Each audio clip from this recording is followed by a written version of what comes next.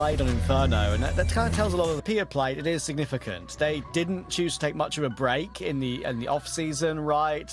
They played the XSC Pro League. They had about only I think a month break from when they lost to Magic at Stake Ranked Episode 2, and then played XSC. Then they played Stake Ranked Episode 3. So you know they didn't manage to do too well in that tournament either, losing to both Heroic and K27. They did manage to get a win against MAT in Bounty the other day, which is a good start, at least. But we'll see how they go here against 100 Thieves. The debut of Gizmy, and who would have thought it for Gizmy, right? Playing with his mates, playing with Monty. All of a sudden, he's got two of the most legendary names in CS alongside him on the server. How will it look on Inferno to start off? Yeah, and then there's also Rain and Device as well, Trav. Okay. You're funny. Stan will Here see we go, baby. In the middle and hop away, but not allowed to hop away. Gets caught on the wall, flashes come through, Rain will chain them, and Poi is set up for an entry. Now, Gizmy is going to go one step further, dispatching of Shush. They're just able to catch a glimpse of him above the smoke. Now, Snappy is the only player on the side of the map. NiP were pretty well poised to deal with what was coming their way, but they haven't been able to do anything about it. We know that Kaspersky is a demon with the Julies. Unfortunately, he just hasn't been able to let them sing just yet. And there's now way too much for him to do. So 100 Thieves with a very handy pistol are going to open up their account first here in this matchup. Cleanly too, with no reply. Good call to begin. Some money would be nice here for Mr. Casper, but he only gets one. Gizmy will put him down. As you can see, all the 100 Thieves boys on boot camp, because one factor we have not mentioned yet is that this is a big day for this new lineup and Gizmy on the team. It's the fact they're not just playing here, they're playing Falcons later in Bounty as well. So if there was ever a day to really test your mettle for a new in-game leader, it would be a day like today. Yeah, it's also interesting that they've decided to persist with Inferno being their map pick. Now, obviously, it wasn't like one of Monty's best maps when Gizmy was a part of that squad, and Inferno was just something within their wheelhouse, but it was by no stretch one of their go-tos. That was more Dust 2, Nuke obviously as well, even Mirage. Inferno was pretty low down the pecking order, but obviously it was the primary pick for the 100 Thieves team before Gizmy had joined the squad. So he's more kind of assimilated to their way of doing things instead of enacting his own kind of like will upon them, if you will. Yeah, I do feel that.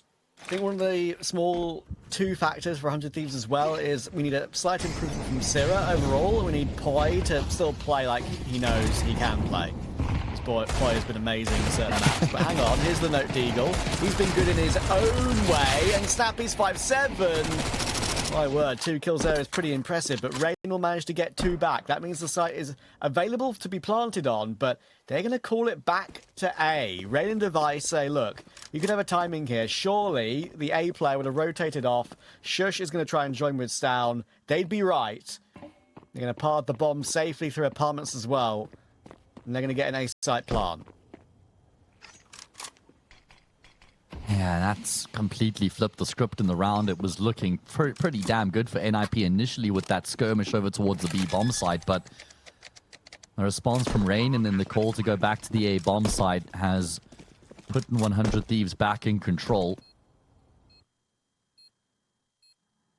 Double retake from top middle, rifles in play, utility to work with as well, but no kit, so time is of the essence. Both up short together. They can try and trade their way in. Rain only on that 50 HP. Smoke will isolate one, but Rain is hunting down, already in that flank, and Device plays safely from the back of the side. No problem, and 100 Thieves are certainly up and running here. Yeah, very good recovery coming through from 100 Thieves in that round. Looked like it got a little bit concerning at one point. Now, obviously, Note is the guy who's come into NiP recently, and from what I could gather from their social media post is that it wasn't a permanent addition. It's that he's filling in for the upcoming tournaments was the way that they had worded it. Well, he's so playing it'll be interesting to see if he is playing well, but is it at the detriment of their prize horse, ex-Kaspersky, because that would be a problem. Yeah, I mean, that's been the state for them. We can't get away from that fact. It's been a point of conversation for a lot of people in the scene as we have an eco to talk over here just quickly. Kaspersky is not putting in the numbers that he was doing. And something has changed to cause that fall off. Maybe it is the role changed slightly, who knows. But yeah, in general, his form not looking too good. I was looking at the numbers in terms of the opening kill attempts on the T side for NiP, and ex-Kaspersky was attempting the most opening kills before Note's addition, and Note is actually now up to like 32% opening kill attempts on the T side for NiP in the 20+ maps that he's played for the squad. So it feels like maybe he has taken over more of that role of entry fragging. I mean, I wouldn't say ex-Kaspersky was an out-and-out entry fragger before, but he definitely was the man who was in that, I'd say, primarily doing it the most for the squad. Yeah. And maybe he's had to try and give that up a little bit now to enable Note a bit more. But it's not the worst thing in the world, if I can take a bit of a different spin on it here for ex-Kaspersky, because it's only going to kind of lead to him having more development as a player and an individual and have to challenge himself a little bit more here in the early stages of his career. Maybe. I also am a fan of Note. I mean, he came from Young Ninjas, sure, but before that, he was part of Nine's Academy. He was on Monty's Academy. I would have covered him at the very beginning of his HLTV career when he was playing in the Benelux scene, right? He is Belgian. And, that's kind of where I started my casting career, covering some of my friends at that level. But he played for EC Bruges and for Genk. Did Note back in 2022. Sure, that's going back. And yeah, that's when Who was the one player on through. Go on. There was one like standout player for EC Bruges who had been on that team forever. Yeah, that's the one. Good old Stavos. He was an AWP IGL, wasn't he? I think so. It was either him or Simics, if you remember him. Yeah, I'm pretty sure it was Stavos. Yeah. Are there any Belgians? Either way, here we go. I'm sure you'll remember that lineup. That was a full Belgian team at one point when Note was on it. Device will start his campaign on the AWP. Opening pick. Yeah, good kill coming through from him as both teams do battle in towards Banana. Spam smokes coming through, a kill apiece to open up round 4. 100 Thieves looking to maintain control here and keep themselves in the ascendancy. And NiP, well, they've got an open play of their own here on Stowen. Of course, ex-teammates were both a part of Astralis for a while, now going up against each other in a different capacity. Stowen's been able to find a kill, and he even spots the second player. He flashes him off the angle. He's going to take quite a lot of damage to the molly, but all is fine for now because 100 Thieves are heading in towards the save bomb site, and that's exactly what NiP are set up for. Rain trying to creep in on a timing. Shush might be caught, but the utility will be thrown in the right place. He falls back. Rain will be ahead of it, but Shush keeps an eye on it. One of the most reliable players for NiP, Shush, in every single position, in a clutch, in an anchor role, anything and everything. I feel like he does incredibly well, incredibly consistently. Poi will try and force his way out now, but in comes Shush again. He holds on. Bomb is dropped. Kaspersky in the corner, not overpeaking until absolutely necessary. He allows Shush to take the duel again, and they keep 4 players alive. Good start on CT with the guns out for NiP. Shush is just ever reliable, isn't he? The backbone of this NiP team, for my money. You can just take him to the bank and deposit him because you know he's going to be good for it almost every single time. NiP move the needle and get themselves going here on their opponent's map pick. A map that historically they don't bring to the table, but they are more than content to play when it is thrust upon them. And those are the stake odds for Inferno, which I think, fair enough. It is 100 Thieves pick. I do think they're pretty fair. I mean, NiP have played this map 4 times in the past couple of weeks. Beat Luminosity, so the other part of that Monty roster, minus Gizmi. We'll talk about that later. There's a big push coming through towards the top of Banana here, and NiP are not going to be giving up the control. They're going to try and fight for it, but goes against them. Device with a wonderful double. We'll bring it back into an even numbers game. Now, the utility has slowed down this approach and meant that 100 Thieves can't assume complete control just yet. Look at this, though. No, he's going to go searching through top mid, wide swing, but Rain will track and trace in that lurk roll on the opposite side of the map. He's contained that threat. Stowen, though, looking to make a play around the edge of the smoke. He's going to move forward. Two players. Doesn't connect on either. That's unfortunate. I think the head spins on that plant, and I'm not going to say that's the reason Stowen missed, but it definitely put him off. He plenty did just miss there, Stowen. I'm not going to defend him on that one. That's a bad one to see early on in the game. And he's been lucky to be allowed to survive. He knows that he can save on the altar in church with the new bomb explosion, so he's going to stick himself there.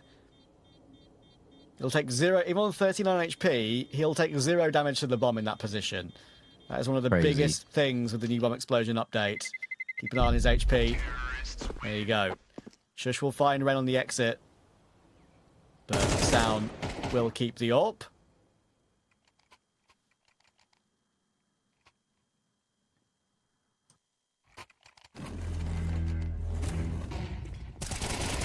And 100 Thieves back to winning ways. Immediately after having lost their first round of the map, they're able to get things going once again. Matt, I'm not sure. I don't want to point it out too early because we've already spoken about it, but Kaspersky of a month ago would get a banana there, at least. His timing was off, his aim was off. I don't know, man. I think that's fair, mate. We're going to be watching it quite closely. How's that from Device? At least there is a trade that comes through from the pole. But Poi is able to surge back in towards the top of middle. And they're not going to slow down at the back of that kill either. It's now all on Stowen. He's the only player left alive. Kaspersky trying to make a move down Banana, but Zero will contain, and Rain will finish off the job. 100 Thieves looking outstanding here on their debut game with Gizmi. Obviously, it was a tongue-in-cheek comment when Rain said in an HLTV interview that sometimes he forgets to talk in freeze time when he was the in-game leader. But first signs, he is playing exactly like he should in this role he's in. And exactly like the Rain we know and love as well. That is a great start to Inferno for everyone on 100 Thieves. Money also awkward for NiP here. Stowen's got the AWP still, but it's MP9 force, would you believe, around him. They need rounds and they know it. Yeah, it's a big risk though, right? Because if this doesn't go their way, then this snowball effect could really cascade out of control and put them in a sticky situation. Stowen will find an opening kill and then immediately look to shift himself to the opposite side of the map after having shown his hand. And he's read it correctly. Yeah, because Kaspersky's This got round the will AK end too. So that's a good grab and for shift him. on the M4. And entries. Oh, and Poi has found Shush. It's fallen apart immediately. Device is set up. Stowen peeks into the angle. The MP9 of Snappy is too far away, as is Kaspersky. AWP can be grabbed, but it's going to get out of there. And 100 Thieves battle back from a deficit early. Don't lose a single man in that take. They've just been dominating NiP, and something that I love that 100 Thieves have been doing on the T side so far is that there's constantly something going on here. In all of these rounds, they haven't really just been sitting back and letting the clock wind down and then slowly going through the motions and the processes. They're keeping up a lot of pressure. They're playing on the front foot right now, are 100 Thieves. And NiP, they're not able to sustain all of this pressure that's being thrust upon them right now. Good click from Casper, and he will keep the AK. This is solid as a rock. Remember, everyone on 100 Thieves right now. And Device is not just hitting with the AWP, it's hitting with the rifle too. And that's one of the points you mentioned. Sure, slightly lower level. But ever since they were playing at that level, he was farming. 1.25 rating last 3 months. If you want to try and farm yourself on a nice brand new mouse, make sure to join the 80k giveaway being run by us here over at StarLadder.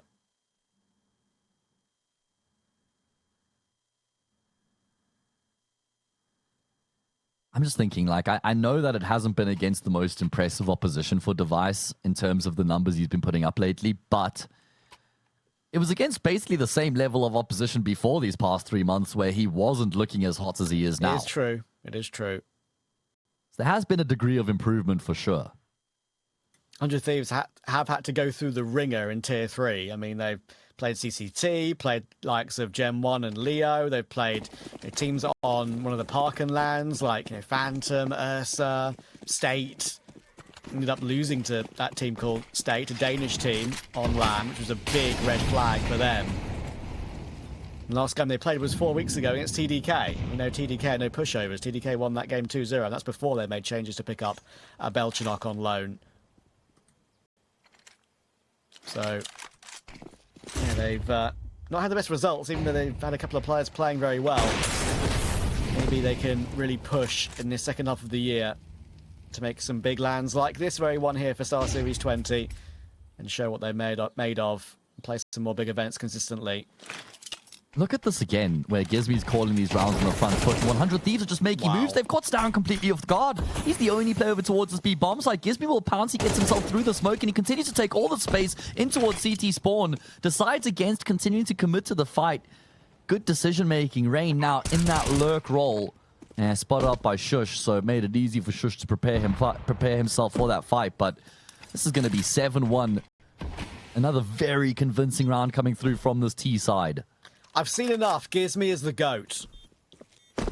All right, settle down. Just wanted to see what you'd say to your that. Counterbalance here. Yeah. Just wanted to see what you'd say to that in response, that's all. Then again, it is a fantastic display coming through here from the early stages. I mean, sure, it's only 8 rounds that we've seen, but really liking the style coming through from 100 Thieves here. Yeah, absolutely. Device on one side, Rain on the other, Glaive behind him. It's a triangle I'd love to be in the middle of. It's incredible, isn't it? As I said earlier, suddenly Gizmy, after playing with UK boys and playing with Monty during his studies as well, his university studies. True. Being able to do such a great job with that Monty team. They all go their separate ways to LG because they'd already signed Lux, unfortunately. And that is the not-so-hot take, which I think I've had and maybe a few other people have had as well. 100 Thieves 100% overtake LG by the end of the year. Oh, yeah. It's a take that's just come out of the fridge, I think, Trav. I did say it wasn't so hot, man. Come on. Yeah, I know. Just gonna add the extra caveat there. Shush.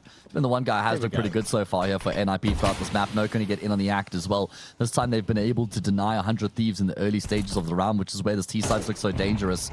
Oh, God, Gizmy. Not just doing it here in terms of the calls. It's a brilliant shot coming through from him as well. Note will force the issue. Brave there from the youngster, considering how low he was on health. Device will trade. There's still this threat that permeates here, courtesy of Shush. And Snappy chipping away at Device. It's going to be very difficult for Device to find a way out of this one. But not impossible. What's he just done to Snappy? Snappy plays that one too carefully. And Device will punish somehow. He had him dead to rights. Now Kaspersky, it's your turn. Shush is still in the corner and it should be okay. Rain 1v2. He's got the bomb. 45 seconds as well to play with. Plenty of time. And he's heard that drop off like you say. He knows that Shush is on site somewhere. Didn't see the arm on his right. And that should mean Shush gets his kill. He's seen him and tagged him up to 11 HP.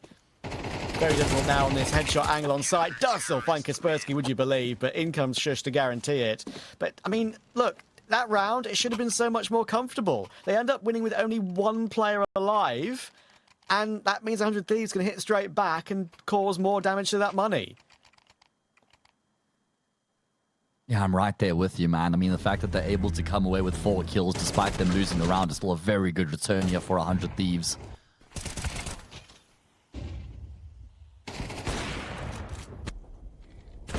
Means that NiP, well, their backs are still firmly against the wall here. Haven't been able to build up any sort of semblance of momentum throughout the map. Could this be where they at least have a bit of a resurgence?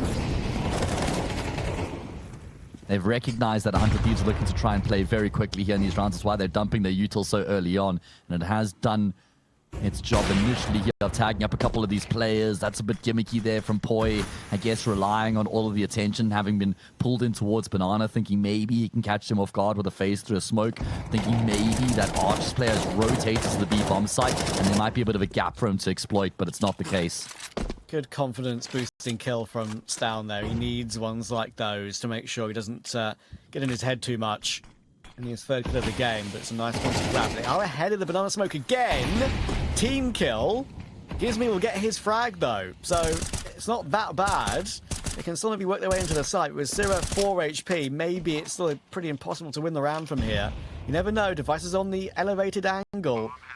Boost in CT, chance to see it as he moves forward. There goes Note. Rain will find Stan as they try and aggress, and it's flipped back around again.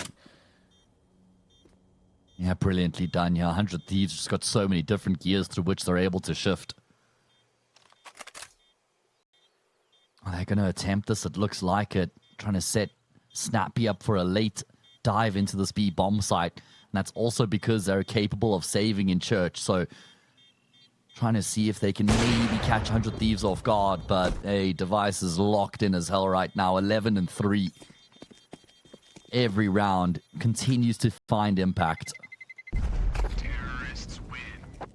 Am I happy to see this from Device and Rain? This duo is looking great together today, so far.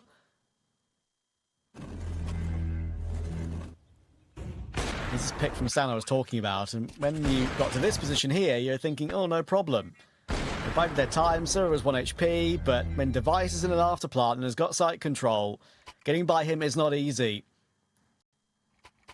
And I couldn't agree more with those stake odds. This is a 100 Thieves map every day of the week from here. Yeah, I'm surprised that there's still as much of a chance for NiP as what they're giving them right now. I think this one's more done than what they suggest, but that is just my interpretation of them. Lest we forget. NiP going to invest again, Trav, but failing here would spell a cataclysmic disaster. Great word. If you deposit $20 at stake, don't forget, you can activate that with code STAR35. Get a daily $5 top-up for the next 7 days. Yes, sir.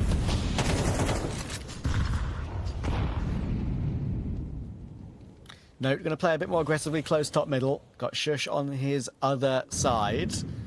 Device and Poi about to peek it. Going to be allowed to hold that angle, but Poi needs... Oh, he gets one. And Note holding on for 2 and 3 is exactly what I thought could be the factor. A more focus on Shush on short rather than long. And Note being so close gets his reward. Very nice from Note. That's what they need from him. Absolutely. Good to see him putting up his hand in these sort of situations, because normally it's the experienced heads you'll look towards in these situations. He's even able to do it with one hand on his face while he's fragging like a madman, so... Very impressive out of Note with how he's delivered. We know, and he is still obviously in the infancy of his career. This is an impressive display in this round with him coming through with the quad kill and on course for the ace. Not gonna happen. Sarah will deny. We really need this for do NiP, and that is one step closer. Stan will grab it.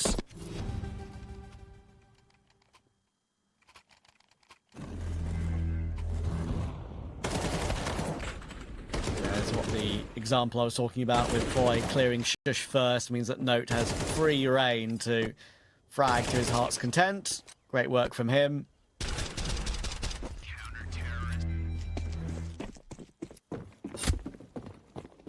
And the buy is not absolutely perfect for 100 Thieves to end off the half here. Gives me only on the Tech 9, but he won't mind that too much. In goes Note for more. Flash coming through there. Not catch off Syrah. They've got no idea they're aggressing down middle. And they've just locked them out of mid and banana here. 100 Thieves have to play second mid and spawn. Poi is trying to fight for it. Finds one, but Gizmi will go down. Poi looking for more. Shush will drop. And Stan now feeling like he might need to reface spoiler and middle to recover something. He knows that there's presence in there. But I think we need to give 100 Thieves props for recovering this into a 3v3 when it didn't look likely. Yeah, true. A good position in which they find themselves in. That's really brave from Kaspersky. That's the player that we really came to know and love, I suppose. And he's going to step up here in this all-important moment to try and push NiP over the line and get themselves a fourth. Perhaps a window of opportunity for Rain, but Stan will take a step forward, clear out the top of middle, and get the kill in the process. So NiP have been able to come up with a solution. Unfortunately, it does feel like it could be too late. Able to shut down those early round plays being made, actually almost fighting fire with fire by fighting forwards. And that nade will seal the fate. NiP get a 4th out of this first half. At least it's a little bit better than what it seemed like it was going to be at one point, with them winning 3 of the last 4. But that does beg the question, is it enough?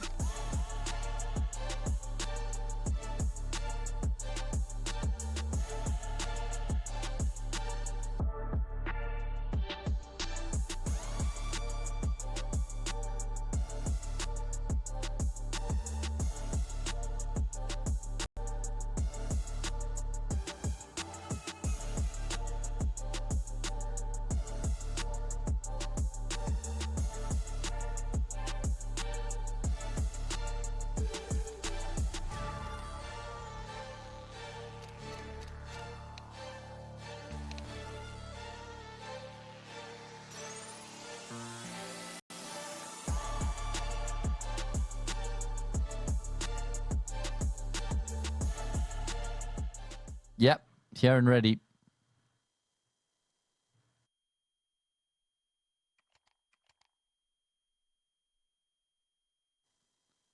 All right, we're back, and we're going to be underway once again.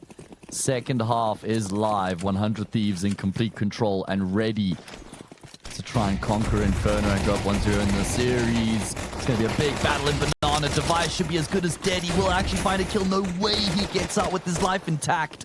Decides against falling back all the way towards the B bomb site. Instead, he's going to seek refuge behind the sandbags and rely on his teammates to provide on the cover necessary. It's exactly what Seer has done. Device still a poignant threat here as well. And he will eventually go down. Stowen gets that kill, but that is the first player to have lost his life in the round. He was the lowest health as well.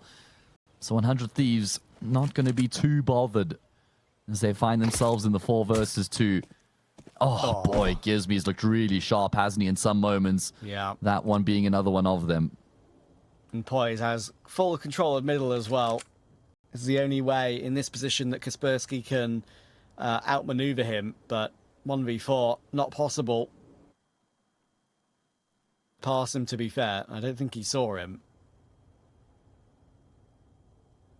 That might mean Rain goes down with nothing. He's making a lot of noise and not got the angle. Money. Money, baby. And more money from the plant could be about to come through. Nice knife kill. Good plant. And this round's not beyond the realm of possibility just yet if 100 Thieves don't play this retake correctly. No kit in play. Knife kill into bomb plant. Poi will rightly wait for his teammates to get into action. They're all going to jump through together. What has Casper got behind the box on site? First player seen. Headshot taken. Trying to duel through it. It's a 1v1 there. And now it's a 1v1 proper. And Gizmi will only just get it done. Oh boy, talk about some nervy moments there for 100 Thieves. Kaspersky with that instantaneous headshot on the first. Maybe not as quick as he needed to be on that second duel. Very good spatial awareness from him as well in terms of how he isolates the duels and uses the architecture of the bomb site to provide some cover. Great attempt, ultimately falls short, but he's mustered up a lot of money in the process. In fact, I want to see him bring the AWP to this round here. Not the AK. Unless he could drop 2, then you go for it. But he will settle for an AK and full utility. NiP need to win this force buy here, Trav, to keep themselves in this contest. Yeah, the stake odds feel very fair now. That's for sure. 100 Thieves, very strong favourites. Can this Mach 10 push work out? Flash to burst him in. Boy, if you get 1 from here now, that's pretty good. You'll get left upon. 1 is good. Antoning is getting overwhelmed. It will allow Device to help out. There's only 1 for him too. And Rain goes down with nothing. That is the difference maker. That is the site available. And he, despite the damage on Snappy and Casper, this one is unlikely to be recovered unless one of these 2 players goes over peaking. They've got a decent amount of utility here between them. Flash, smoke, molly combination. Problem is there's no kit. You would imagine that the comms have come through, that 2 of the 3 are very low. Doesn't look like that's going to be enough to motivate 100 Thieves, though. They've accepted their fate. They're going to head for the hills, and NiP have successfully won that much-needed force buy. Now, 100 Thieves are looking to try and maximize the damage, so they will at least find one more kill. That should be it, though. 9-5. So close. If the balcony player there with the MP9 for the CT side, I didn't catch who it was. Rain, yeah. If he gets that kill, I honestly, I think that was the kill that dictated or determined the outcome of the round. Agreed. Agreed. The difference between a 2v3 and a 3v2 is massive. Especially with the low health on one of those 2 remaining players for NiP as well. Exactly.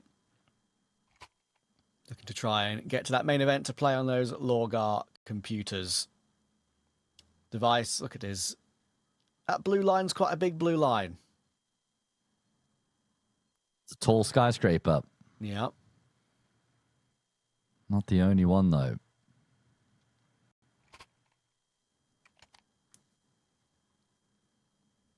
Again, NiP. Momentum's been an issue for them so far. Could this be where they really start to claw their way back and get into this game?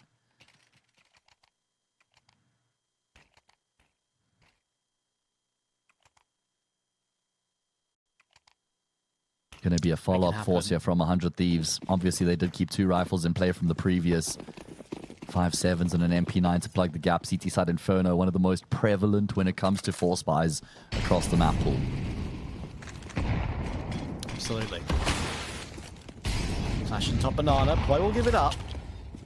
Gizmi has his utility set to try and do some damage, and the nade is going to be okay. Will grab 37 HP off of Snappy. That's only the Mac 10. Flash over the top now to get an angle onto CT. Gizmi now gets the information. Re-smoke down. Will they try and use an HE to break through it? I don't think they will, because they don't got one.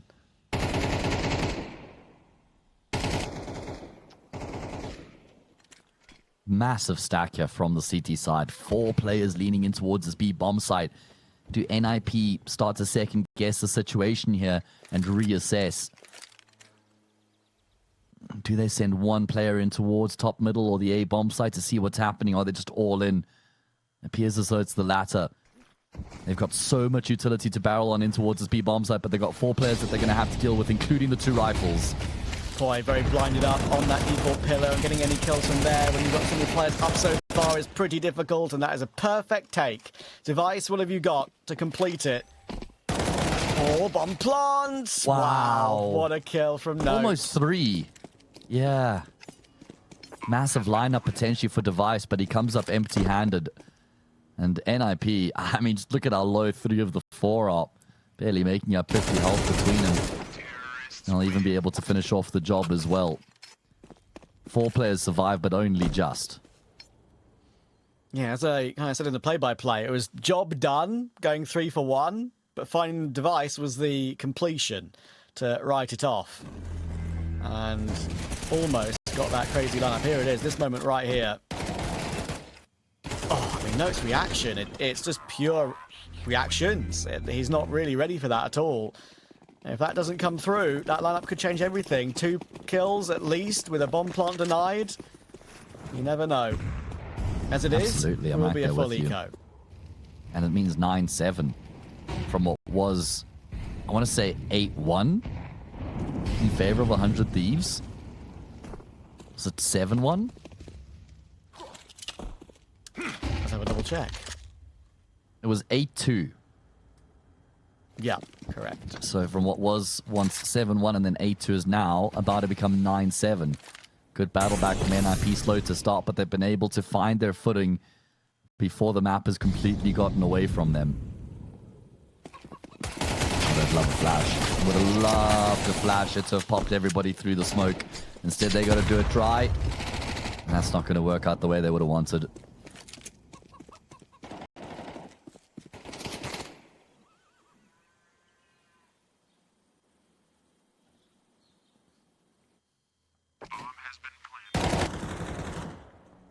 7 confirmed. All but completed until right then. Until it is. So CT for 100 Thieves. Time to get going with the guns for them. Gizmi will buy the AWP for Device. Device looked great on T side. On the AWP. But you'd imagine CT is where he'd do more of his best work. So he's going to start here and now. Stown is also up to a positive KD on the side of NiP. Good recovery after he started, I think, 2 and 7. Yeah, there or thereabouts. This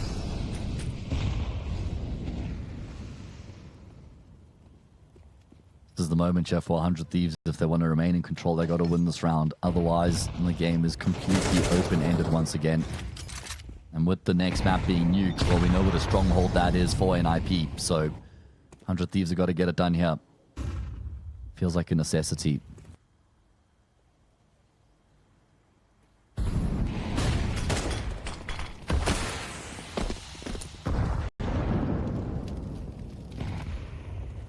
Boost up. 100 Thieves playing a far more standard style, excuse me, and I feel playing a far more standard style in terms of their approach on this T side, where with how they go through the motions of processes of checking these objectives off the list, getting the control, and then making a decision, whereas 100 Thieves were far more direct and aggressive in their approach.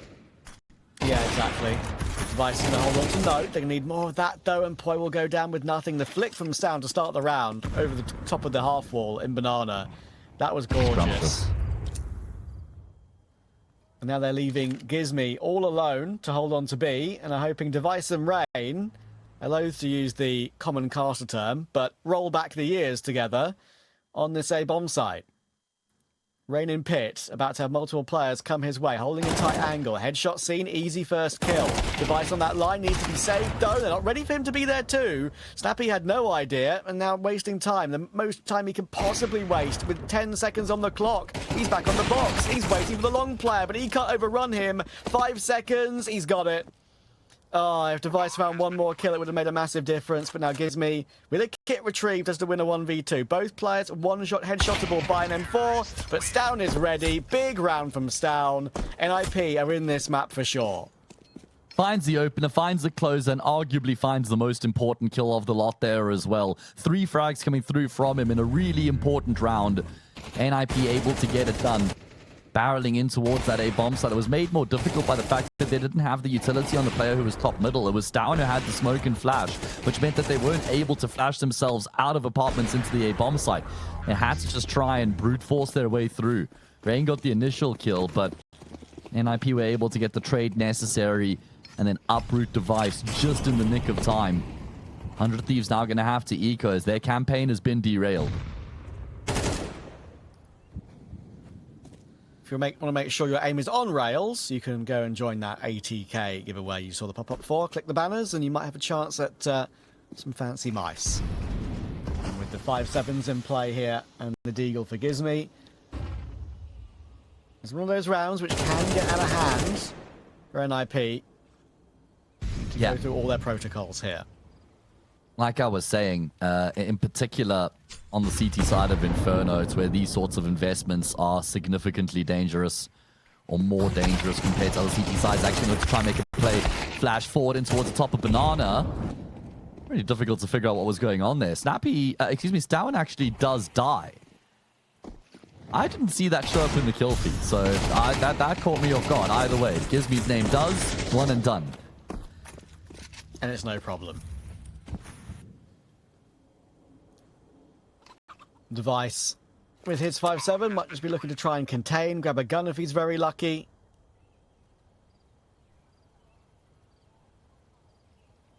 It's going to be 9-9.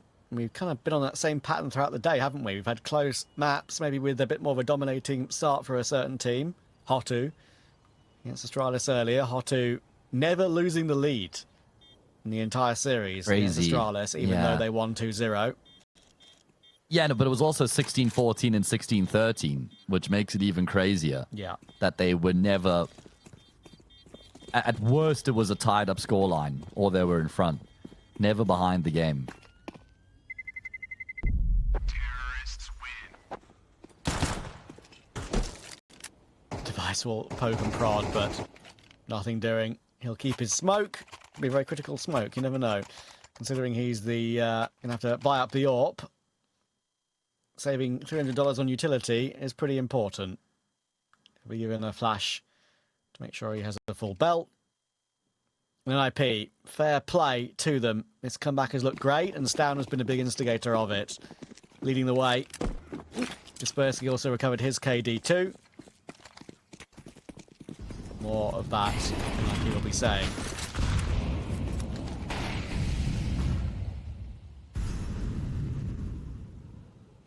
Well, let's see.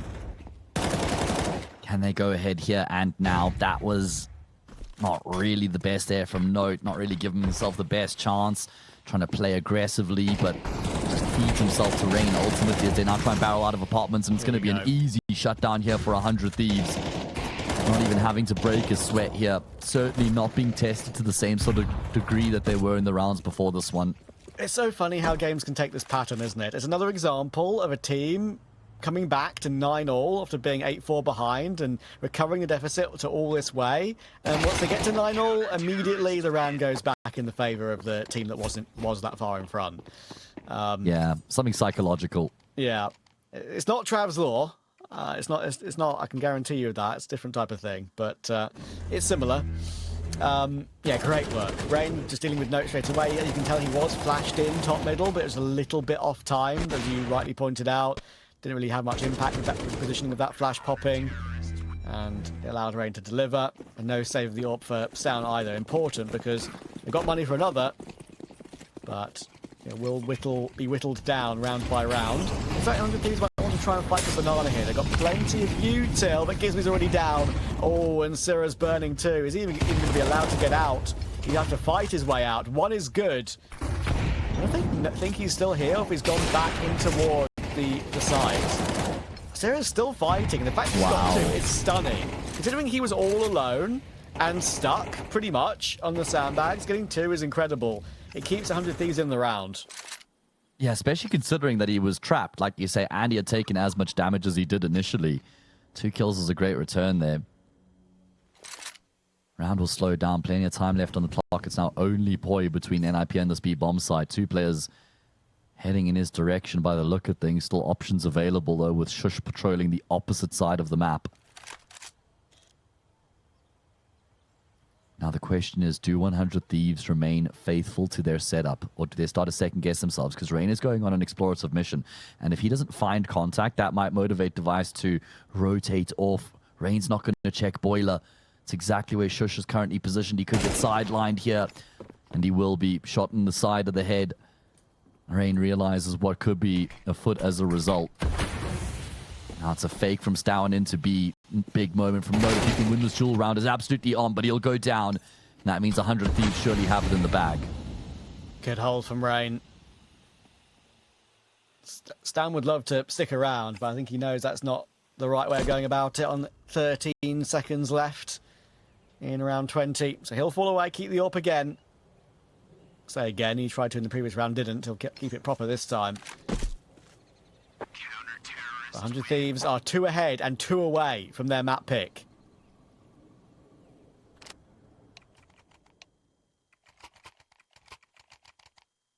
Yeah, I mean, it always felt like they had this map in the bag, especially with the way that they had begun. Bit of a period in the middle where they'd gotten away from them, but they've regained control. NiP on the back foot once again. Congrats to Device, who got married the other day. In the player break, now a wedded man.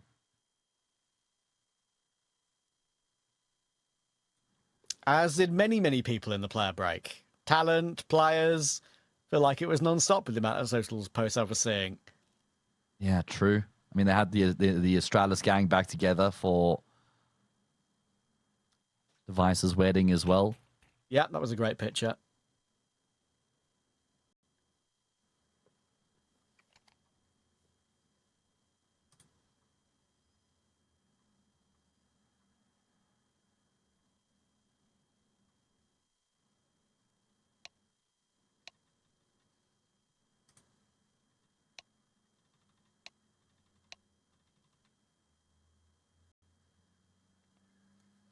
Back underway.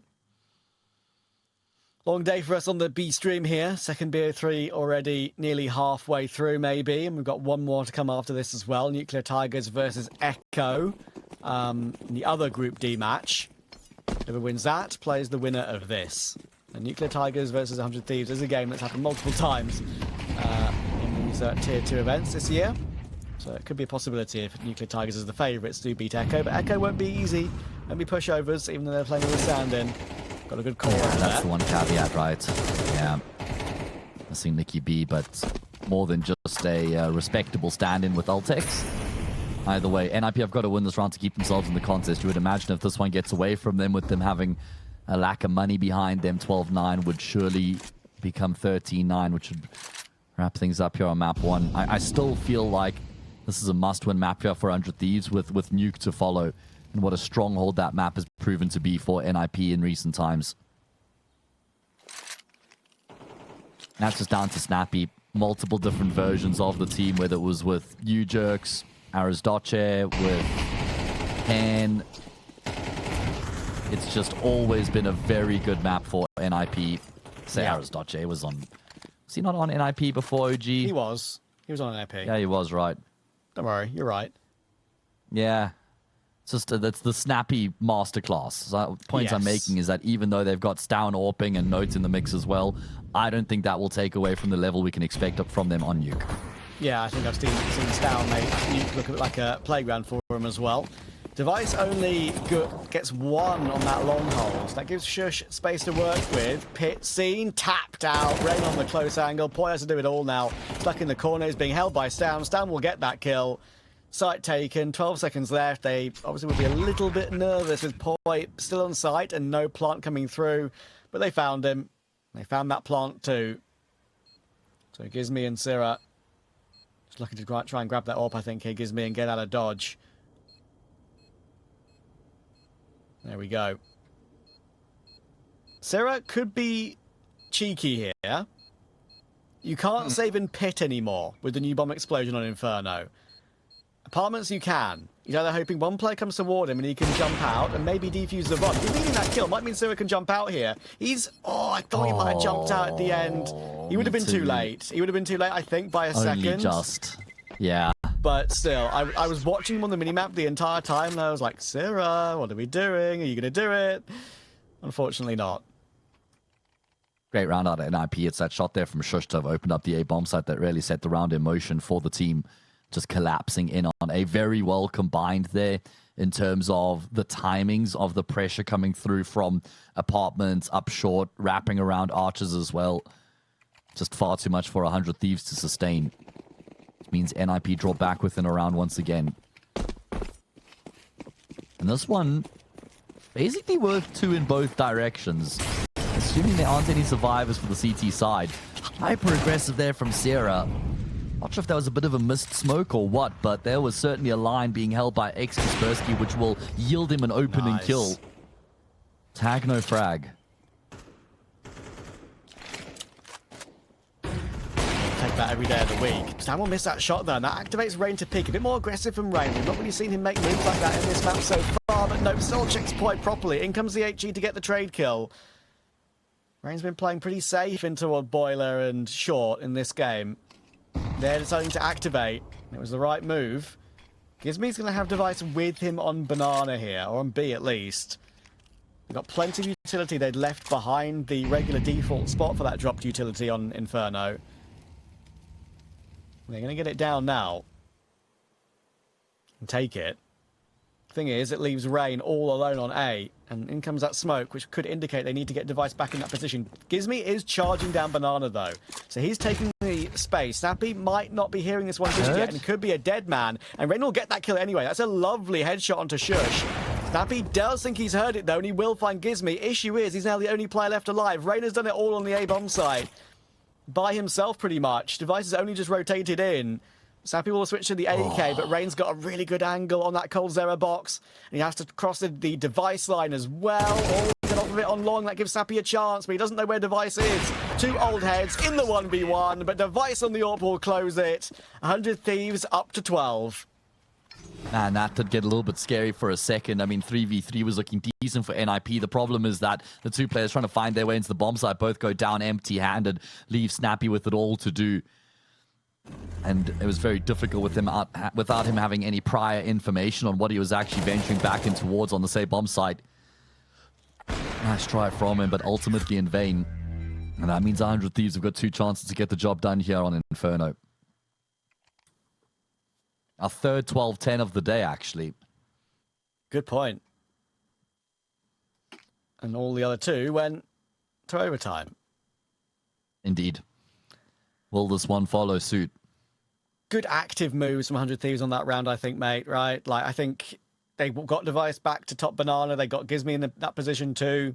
Once they knew it was going to be A, they just relied on Rain. And sure, if Rain only gets one of those 2 kills, it's a totally different situation. But Gizmy, even though he died in his push down banana to Snappy, it still gave you the intel that they knew what was up. And they couldn't call the bomb back. They'd already fully committed. There was no time to go back to B again.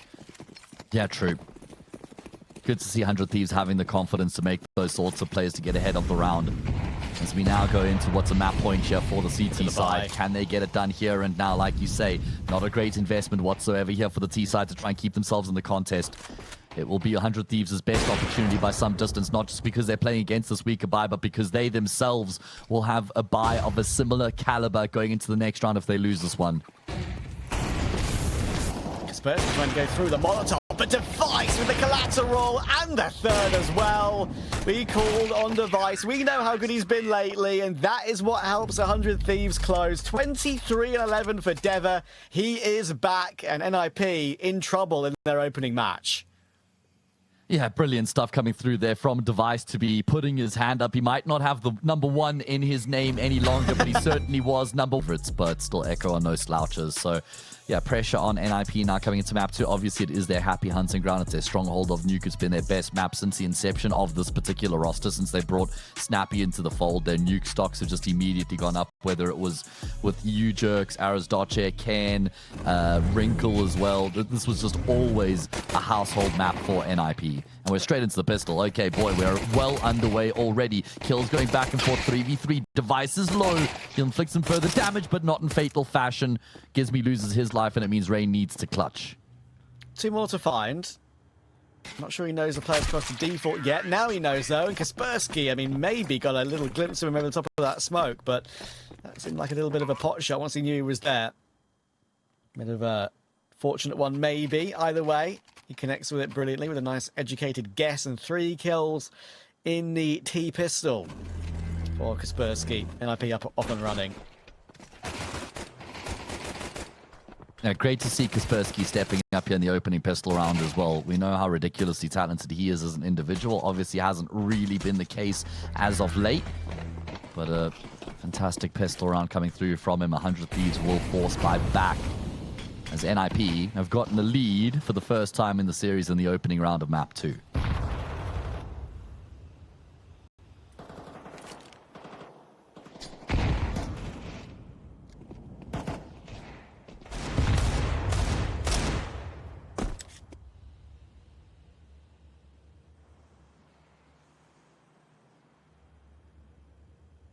Gonna get past these pistols. These pesky pistols, 400 Thieves, Deagles, and 257s. Rain on an off angle in Hut. No one going anywhere near him yet. No one needs to go anywhere near him just yet. Waiting out to see if the aggression comes through at any point. Stan also being the carrier of the bomb. Don't need to overpeak anything. Setting up for a take, or at least some utility into the certain parts of the A-bomb site.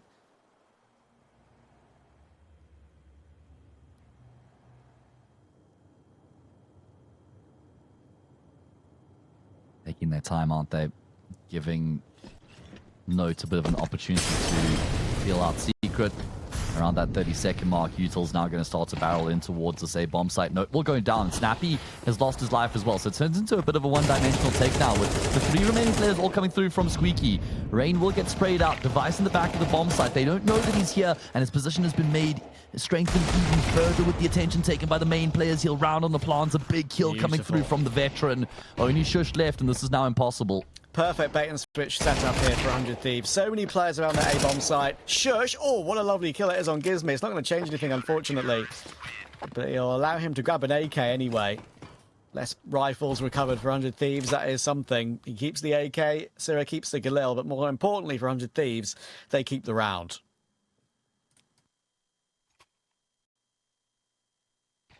Absolutely.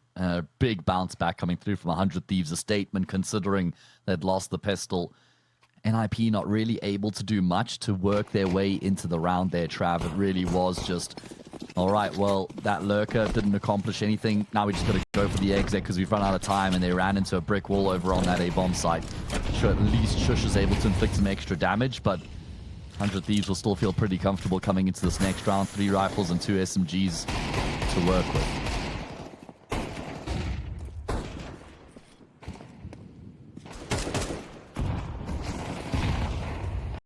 Sira will find Shush to begin. Slapping will be heard, dropping onto top mini.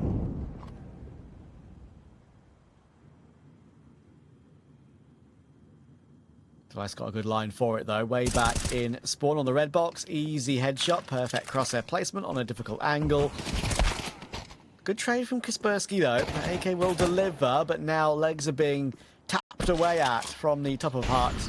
Can't really go back there anymore. And look who's on the silo. Rain has got this one under full control. Poi fighting Kaspersky makes it even more comfortable. There's the 1 kill on Note. It's down. Also being seen from Rain at long range. Not an angle you'd really ever try and fight at. Scout from Garage to Silo when it's a T to CT and an MP7 downwards. It's awkward, but in the end they all swarm him. They keep 4 players alive. 100 Thieves can try and maintain CT control. Yeah, stringing consecutive rounds together puts NiP on the back foot early on here. Well contained from 100 Thieves, able to limit the amount of control NiP gets outside despite that kill coming through from Kaspersky. Like you say, Rain kind of getting a bit of an inkling as to what was going on and how much emphasis there was on the outside take from the T side, and as a result he takes all that space, gets himself in a power position. And this one here is about building up the finances for the CT side.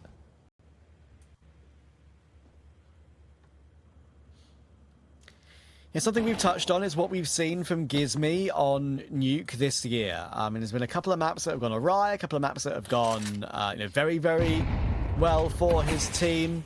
When it comes to the Monty lineup, of course, this is a whole new environment for him. This is his first ever official for the team, and he's going to be playing one against the Falcons later on tonight. So it's a bit of a gauntlet run for the first day for him on Monty. But yeah, if you look at the previous games on Nuke, there's games against some very high-tier opposition that he's been able to get over. He's beaten the Mongols on the map. Sure, Mongols on the downturn slightly, but it counts. He's gotten close against Aurora. Managed to take a 13-0 over Heroic in the global finals for CCT. And in 2 games against NiP, more recently, he also got close. This one is also getting a bit close, though, because Kaspersky's degged Rain brilliantly. 3v3 retrieved, bomb plant available, and Sira doesn't want to go before his teammates are next to him. So, yeah, this one's not done. It's a bit unfortunate that they haven't been able to recover weapons in the round, so they're going to have to continue to try and make this work with the pistol. Snappy will scoop up an M4, but then goes down immediately afterwards. Big kill from Device. Look at how that forces them to adjust the setup here on the bomb site. Sira's the only one with the kit right now. Shush is going to try and fight forward, but unfortunately for him, it's only with the Glock. Kaspersky has looked sharp as a razor blade throughout this map here so far. Surely this is impossible for him to win dancing on the site. Sira will eventually come through and get the kill. Enough time for the defuse with that kit at his disposal, but NiP getting 3 kills in the bomb plant will be very happy with their return on the eco.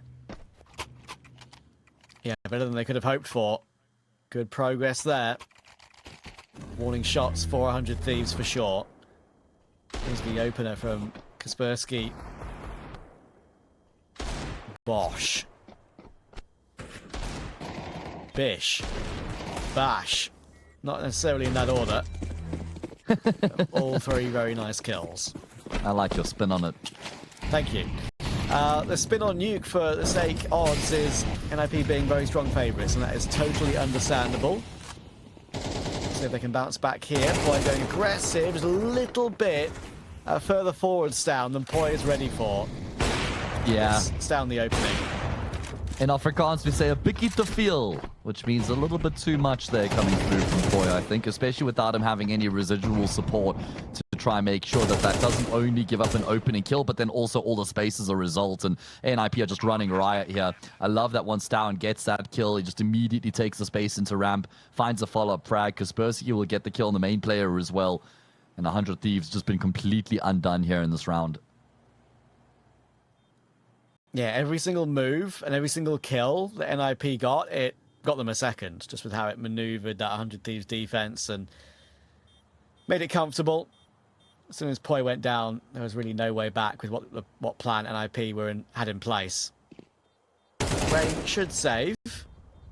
Maybe not, actually. Maybe a should is a bit too strong because I thought he was going to drop down and go hell and maybe be a bit safer. But no, Shush was directly above him. I missed that one. It's an easy trade kill. No guns kept over for the CT side. And only Device and Syrah really have money.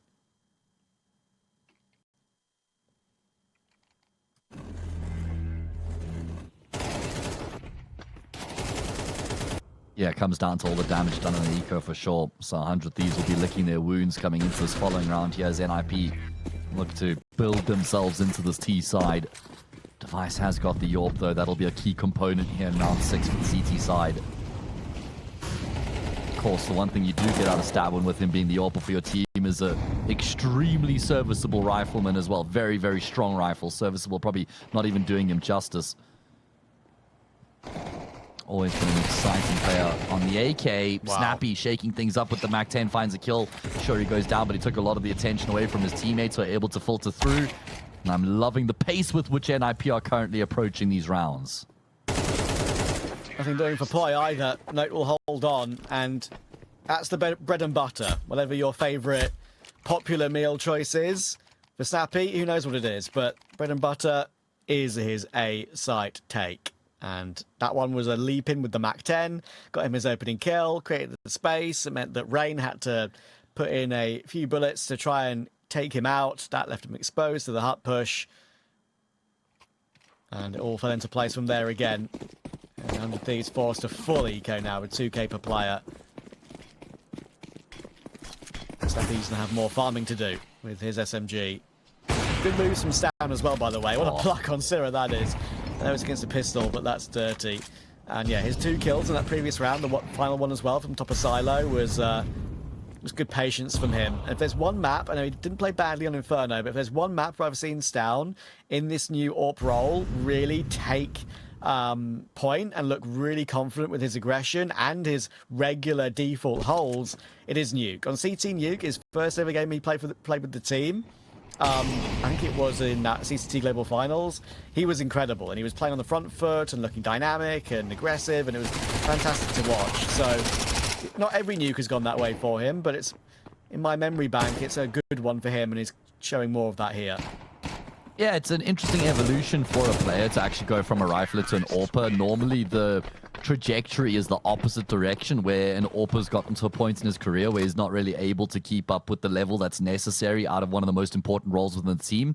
So you see them take a more supportive role with the rifle, maybe still calling. You don't often see players going from a rifler actually becoming an AWPer within their team. And obviously, Stownwell, there was a little bit of a break in play between his benching in Astralis and then joining NiP here. Big break, So he would have had some time to kind of remodel himself. And he was always a really good second AWPer as well. So it's not like it was completely unfamiliar territory for him. But he's been a great finder for NiP since his addition. I think he plays in the system a lot more than what they would have gotten out of Wrinkle as well. I mean, sure, you do have those breakout moments from him, but he's a bit more predictable in terms of what you're going to get out of him. Whereas Wrinkle could just be a bit wild at times, I think. It's difficult to build a system around such a wild player. Yeah, I mean, over-peaking was the main thing with Wrinkle, even exists, saying in interviews that we need to rein him in a bit and all those sort of things, right? Continuing to make the same mistakes in close rounds that snowball and get out of hand for NiP. Yeah, see how that goes. More quick pace moves here, though. Look at the flashes. They're all over 100 Thieves on this A-bomb site. They cannot hold on. Gizmi does well with Device and Point, at least get something back, and Gizmi had a chance to make it a 1v1, but Note will hold on 1 point of health. Multi-kill from him again. And NiP, well, that round was over in a blink of an eye. I just love that they pull the trigger on that type of a round in round 8 as well, because they've got so much money in the bank. They know that they have 100 Thieves on the back foot as well, so they just try and play with pace and ferocity. Test the metal of the defense on the A bomb site. And 100 Thieves sure didn't start off great, but they were able to kind of get some kills and maybe find a way back into the round. Ultimately, Note will shut them up. NiP in complete control. 5 out of 8 going their way, and they're on the T side. Snappy not looking to slow things down. There's Mac-10i that's running it back immediately afterwards. And it looks like it's going to yield a similar result. It's crazy, isn't it? It might be totally expected, but doesn't mean you can stop it. And that is the A site take for Snappy's NiP. Good kill from Shush. Doesn't know Gizmy's there. But I think Shush is going to be safe in spawn. Gizmy's in between the final 3 players.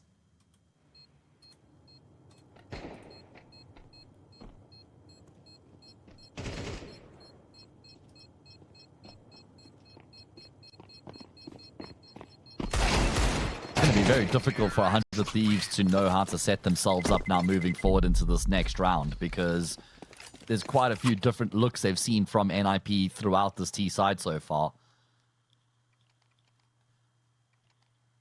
Do they preempt another fast A play? Is that too predictable and obvious? They don't expect it to happen again. Difficult to make any inferences here. At least concrete ones for the CT side.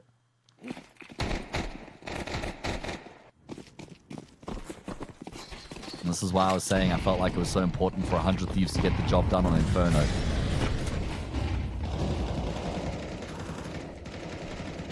Poison to grab 2 on when they go fast toward ramp, which is something. Again, it's only pace really. NiP tag from Device on the wallbang, and Kaspersky. Always a possibility on that particular angle. He knows his wallbang position, obviously. But they are still going to be allowed to get somewhere near the B bomb site here, NiP, despite White holding on for 2. B bomb from Syrah, and it's only 1 because Note has peaked at the exact right time. He's found Gizmy and Syrah in that push forward, and now Rain, tracking and tracing, needs to find something here. Both Rain and Device, 5 and 8 KD. Device is on that line, but doesn't know that Kaspersky's on his right, I don't think, until that bomb will be tapped. Thankfully, Note does walk into Rain for his sake. Head seen as well, but Note is seen. Oh, Kaspersky's seen Device's head, and that is a clean tap.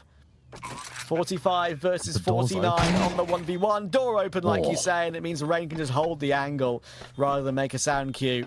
And thankfully for him, it works out. AWP retrieved. 100 Thieves take 4. I mean, that round was an absolute necessity there for 100 Thieves, and it does go their way. I mean, it was always supposed to be their round, and then you had the wizard Note coming into the equation.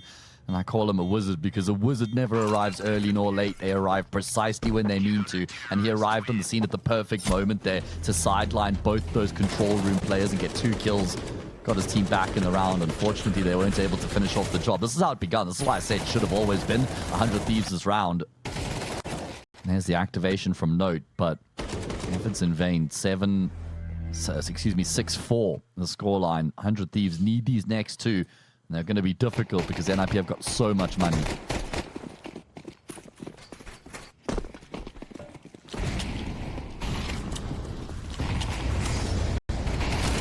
Incendiary down. Syrah immediately dueling Shush. He'll win that fight with the FAMAS.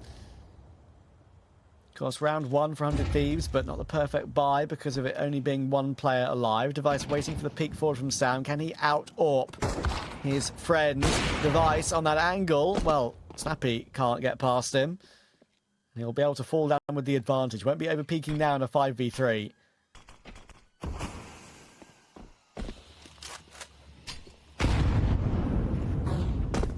Yeah, especially with there being so much on the line here in this round and the one to follow, to try and give themselves a glimmer of hope going into that second half. No creeping forward. Is this being accounted for right now here by the CT side? Sure, Device has gotten the kill on Stow in that range, but no could be a completely unknown quantity. The problem is it's going to be very difficult for him to actually aid Kaspersky in getting into the A bomb site, and Rain will catch him. And that should seal the fate of 11. Yeah, Rain's still keeping an eye on that tight line. Always a very favourable angle for a CT, that one. Kaspersky, weirdly, could walk onto A here, but Rain is still having a little look around about the site, still on the rafters. 25 seconds. Time on the peak is good for Kaspersky, but that doesn't mean Rain is not ready for it. 2 kills for Mr. Rain. Chance for a 6-6. Mr. Rain making it Rain. Top of the scoreboard right now with 9 kills to his name. I'm pretty sure it's just for the team. Kaspersky's at what, 8? I wonder if Rain is the top of the scoreboard. No, it's also in that sort of vicinity. 13, there you go. Kaspersky's at 11. Yeah, he's having a hell of a map. NiP's odds for the map for the stake. Odds are, yeah, very much in a good position for them. 1.2 compared to 4. Yeah, looking very much in favor of NiP, I will say. And I guess unsurprisingly so, considering that they've gotten at least 6 rounds to the good on this T side. And there's a chance for them to even get a lead. The damage done early. No, it's about to be pushing forward. Oh, excuse me, not to be cleared. I was going to say, surely he checks close to the box rather than just the main Africa position next to Mini. And he does. Easy entry for Note again.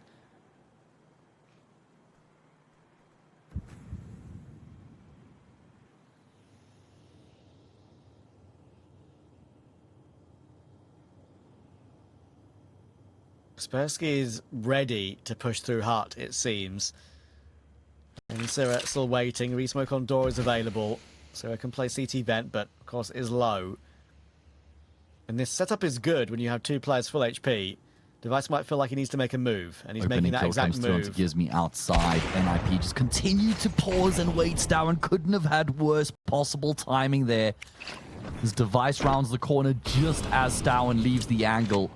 Brings it back into a 4v4. 100 Thieves should have a really good idea as to what's coming their way. And you should know that this is going to be the A finish. Syrah and Rain looking to try and combine. Because Syrah's gone down, but Rain will remain.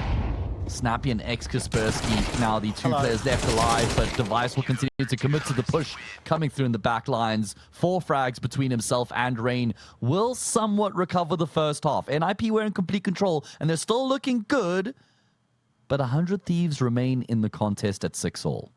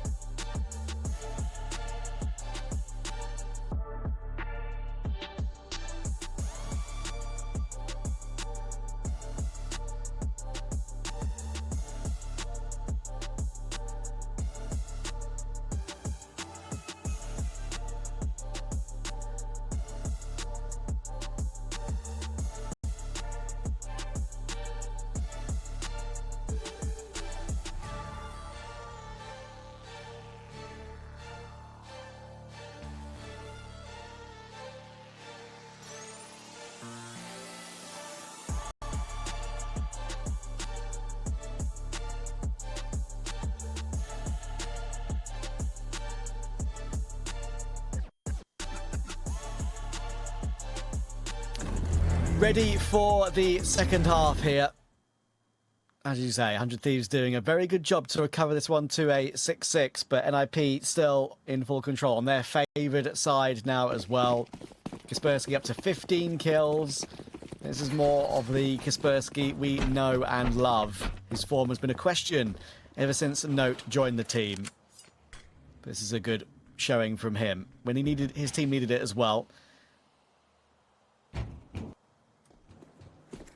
Absolutely. Good to see him being able to step up in these sorts of situations.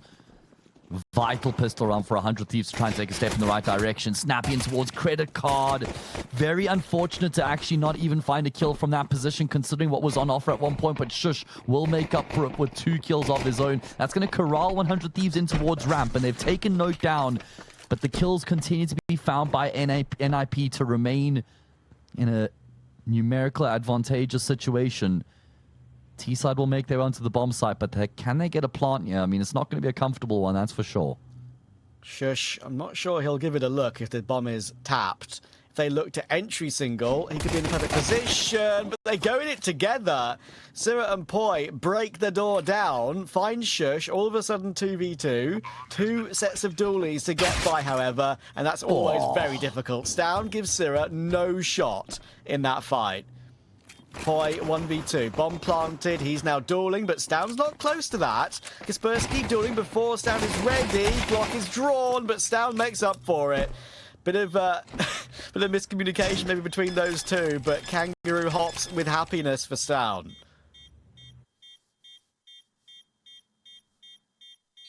Yeah, very, very close. I mean, it did feel like 100 Thieves were trailing that pistol round throughout, right? Sure, they get that kill on Snappy outside, but then Shush finds two. Then they get the kill on Note, and then Stown gets one. Just constantly being chipped away at. And that means NiP will regain the lead to kickstart the second half, being on the favored side of the map, and it being their stronghold of Nuke. It sets them up really nicely to go all the way to a decider.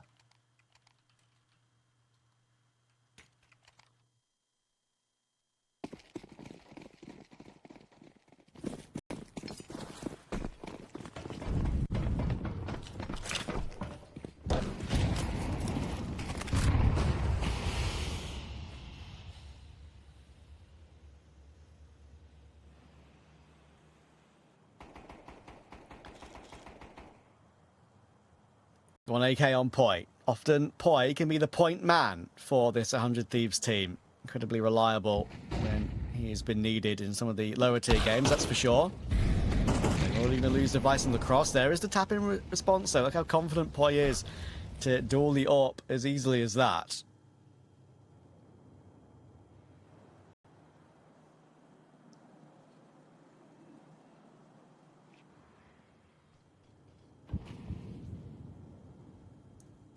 And that's a response here from 100 Thieves. They're going to have to deal with this imminent threat. And all right, then Syrah doesn't just deal with the one imminent threat, he deals with both.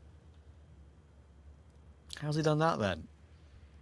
I was about to say that 100 Thieves are still waiting in their default while NiP will search lobby when they've lost outside. Totally normal thing to do, but Tech9 getting both is unreal. Should never happen. Yeah. I mean, they won the pistol round in the first half as well. That went unconverted, and it's looking like that's going to repeat itself here in the second half as well. Unless Snappy and No can pull this off, but it seems extremely unlikely. There's a lot of worlds in which players wouldn't even attempt the Snappy's going to go through the molly, hoping that means he can catch the planter off guard, but it felt like that was always going to be a failure to launch. And unlike the L-bomb explosion, Note can still stay here and save. He's totally fine on B, directly under the bomb on A. So 100 Thieves heading straight back, very, very important for them. They can get control of the economy early and get a bit of a lead to work with, maybe like an 8-7 if they, or a 9-7 if they can beat the incoming force with the Note M4. Looking into the future, but the path is open for them. And Gizmi, true. as the in-game leader, could maybe change their Nuke fortunes. I mean, that's a good point, right? It's going to be an uphill battle for him, though, trying to call this game across the line. T-side of Nuke, first time he's playing the map with the team. It's not going to be easy, but it is doable. If there's going to be any chance, he's going to need the individuals to be at their best. But like you say, this is an opportunity that now presents itself for them to go ahead 8-7, should they win against the follow-up force, and then even 9-7 against the eco that would come after that. And if they manage 9-7, NiP starts to sweat, I reckon. Seeing the crosshair there from Syrah on his peaks with the Tech9, absolutely spot on.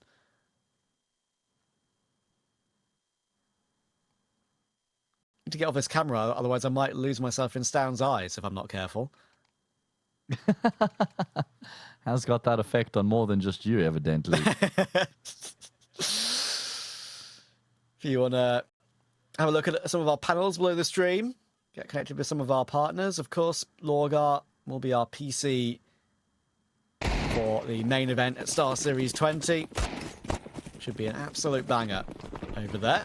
Once we get all the teams confirmed from not just 2 teams from EU, but also from South America and 1 team from North America.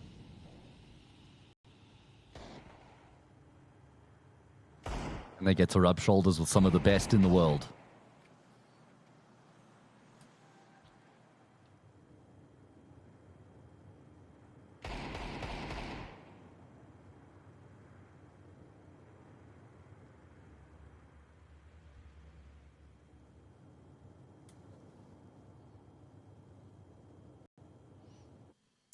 Right. Game plan here from NiP is just to bunker down. Stack the numbers up in on this A bomb site and hope that's where 100 Thieves look to finish the round. At that point, they could potentially overwhelm the T's with these pistols. The one rifle that they have in play is over towards ramp at the moment. Right position for it, because these close angles with the 5.7s may as well be better than an M4, honestly. Zira could get cleared by a 5.7. Got 4 players stacked up on Squeaky. Always very difficult to get through cleanly, but they have gotten the opening, and Rain will find the trade kill on Snappy. A dive down the vent, meaning they avoid Shush's 5.7. They've also kept Poi here. They're going into the Note M4. This might be very difficult to trade. Gizmy directly underneath him. He really needs this kill badly. And Note's pathing is annoying Gizmy right now because this is good pathing from Note. Stan's doing so much damage to Poi, but he can't get the kill. 3v2 still, 20 seconds on the clock. And where is this kill onto Note? Finally, it'll come through. Poi dying isn't the issue. It was the kill on Note which was needed.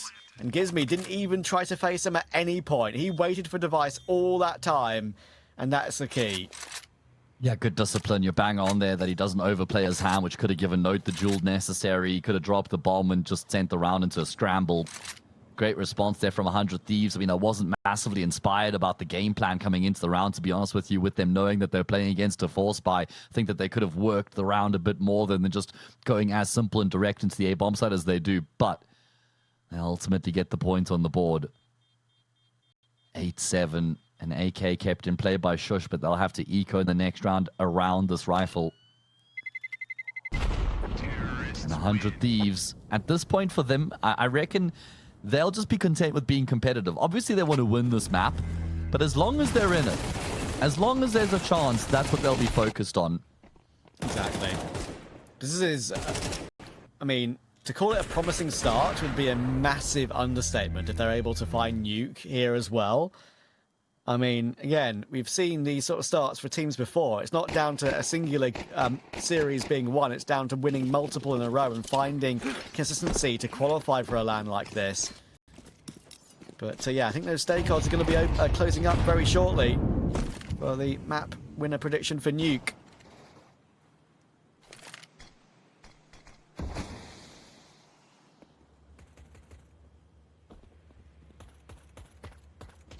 Yeah, I wouldn't be surprised. And they'd probably shift quite drastically as well if 100 Thieves can win this round and in the next gun round.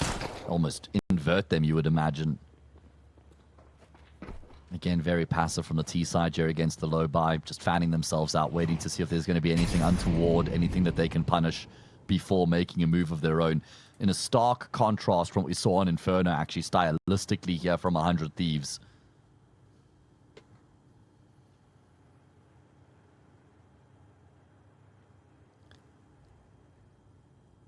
Yeah, very good point. I mean, the pace in which NiP used on their T side was incredible.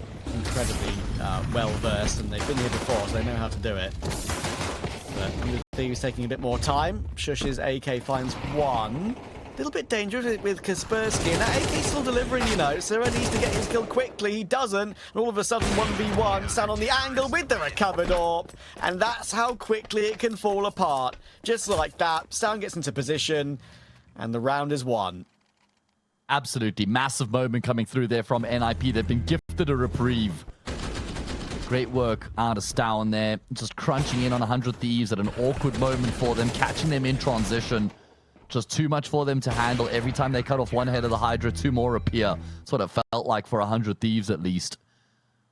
Big let off. And NiP be elated. Yeah. He's had enough. I think we had a tech pause on the main stream, on the A stream yesterday, where I think it was one of the Gentlemates players had to go and sort his dog out because it had crapped on the carpet. And he had to go and unfortunate.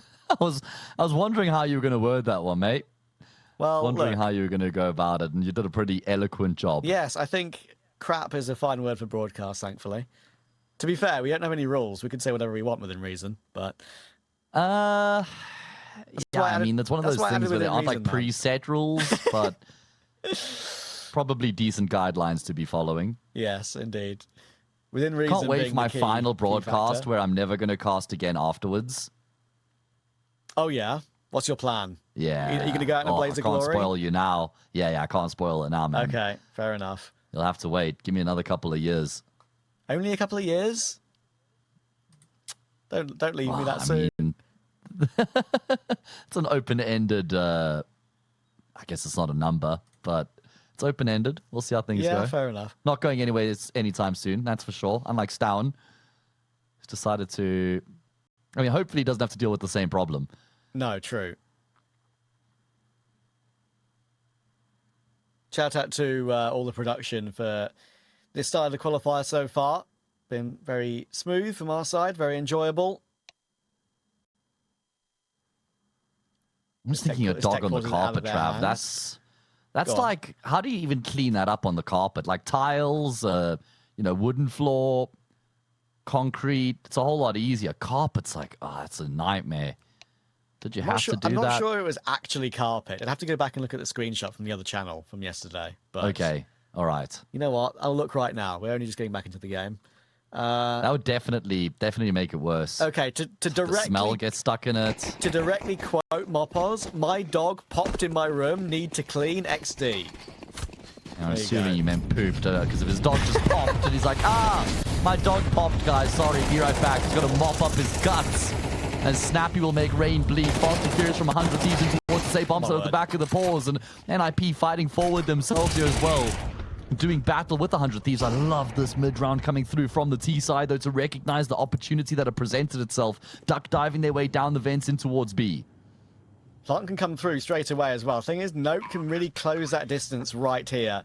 Can Poi slip away safely? I think he can. Yes, he will. Fair play. Note is going to be very close to this, though. Obviously, has to make noise dropping down. But that smoke on the bomb means he can just hop on it, honestly. With Gizmy going down, this makes this even more possible for him. I mean, Syrah's not exactly in a good position either. It's going to be a straight-up hold. A spam needs to come through, and it will deny it. And Syrah finding Shush as well is huge. Sound kit available, but he has to only tap it. They both think he's on it. That's why he's going for the fight. Has to hit no scopes, and it's only a leg shot. Poi will get it over the line. 100 Thieves will hit straight back. Yeah, that is an extremely important round for 100 Thieves as well. And I love the tempo with which they bring to this round as well. Knowing that there was a bit of a break in play, they're thinking maybe we can catch NiP napping a little bit. But it's not the fast play that actually wins them the round. It's the fact that they have that decision, that heads-up decision-making to immediately fly down the vents into the B bomb site. This kill and the denial of the defuse was of utmost importance. And they're even able to finish off the job as well. So they go clear by a round as a result. And now they play against the force buy. If 100 Thieves win this, NiP are in deep trouble. But again, Stowen was the boss of the opening kills on Inferno, and he's done it a good handful of times here on Nuke as well. I mentioned how Stan is not afraid on Nuke to go for those sort of peaks. That's his style. He gets into the action, whether it's to a door, outside. He'll occasionally, if he gets given time and utility, resources from teammates, or even play very aggressive outside red and try and pick into T-spawn. He's very confident. And he's having a good map overall, that's for sure. Series overall, that's for sure. Shush, what's going on here then? Stan's going to find another on Syrah. I'll headshot him as well. And Shush will not be cleared by Poi. Oh dear. Poi's not long for this world. There's another kill from the 5-7. It's all falling apart for 100 Thieves. Gizmy needs to do it all himself, maybe. Ooh. 2 crispy kills. The Orp's Heaven, and now it's known about. But Snappy finding device is the big factor. Gizmy now has to find 3 more players. And I know he's got the bomb. But 3 clean duels, unlikely. Yeah, extremely. NiP giving up a lot of respect here as well. That might concede a bomb plant, but that's the least of their worries. Gizmy will be able to activate the C4 here, but Stowen knows the plant position, and he knows that Gizmy will have to stand up after he's finished the plant, and that will expose him. get the kill to finish off the job. Stowen with another vital multi-kill, delivering the goods when it matters the most here for NiP as they successfully tie up the scoreline again, making sure that 100 Thieves aren't able to build up any head steam. Trading rounds back and forth. Yeah, perfect work from Stowen. 100 Thieves will be kicking themselves. I think that, as you mentioned, being close is their main goal. Sure, they want to win, but just showing they can compete against a very, very strong NiP map, the best map for the team, is a good factor. And they've reached a point now, I think, where they're going to be looking back at some of these previous rounds you can see on your screen here and think to themselves, we've actually let this one slip. If we didn't lose to a couple of these 5-7s and had a bit more better, tried and tested protocols with our new in-game leader. 2 zeros on the cards, isn't it? Indeed. Yeah, unfortunately, they've dropped the ball in some of those really important moments, and they haven't been able to actually punish. Look at that, Stowen again, topping the charts for opening kills. I think he topped the charts on Inferno across the server, not just for his team.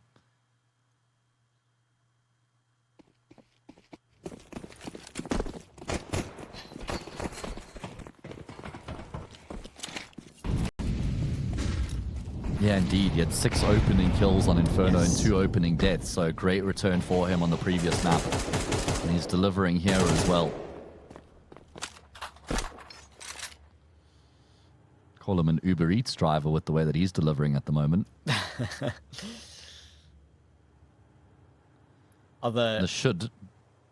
Yeah.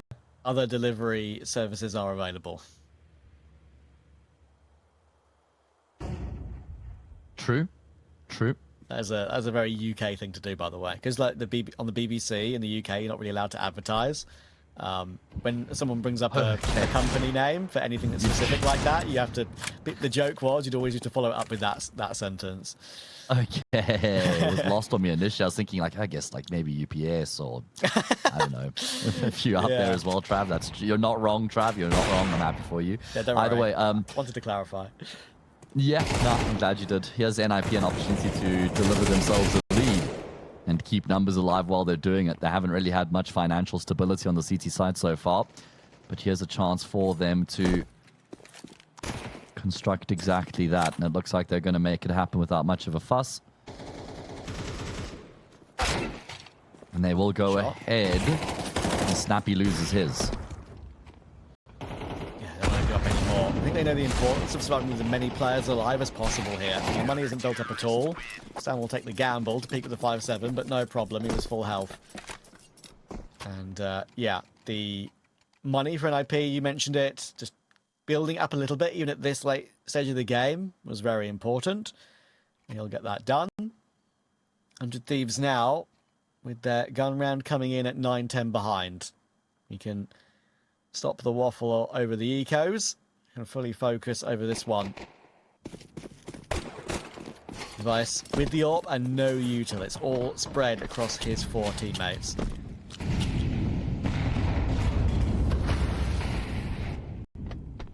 Must-win round here for the T side as well. And it's going to be a great kill to open up. It's 2 AWPers crossing paths. It's the veteran who comes out on top of the exchange this time round. And immediately they look to try and use the space created as a result of that kill. No threat of the smokes being broken and an AWP being a threat on that line. Bomb carrier will follow suit. Just Kaspersky and his AK between 100 Thieves and Happy bomb site.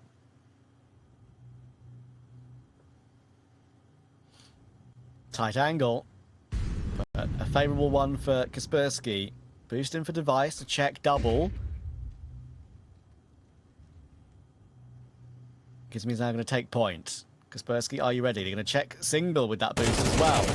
Oh, and it almost works out, but it puts Casper on notice, and he's going to fall back away into the site.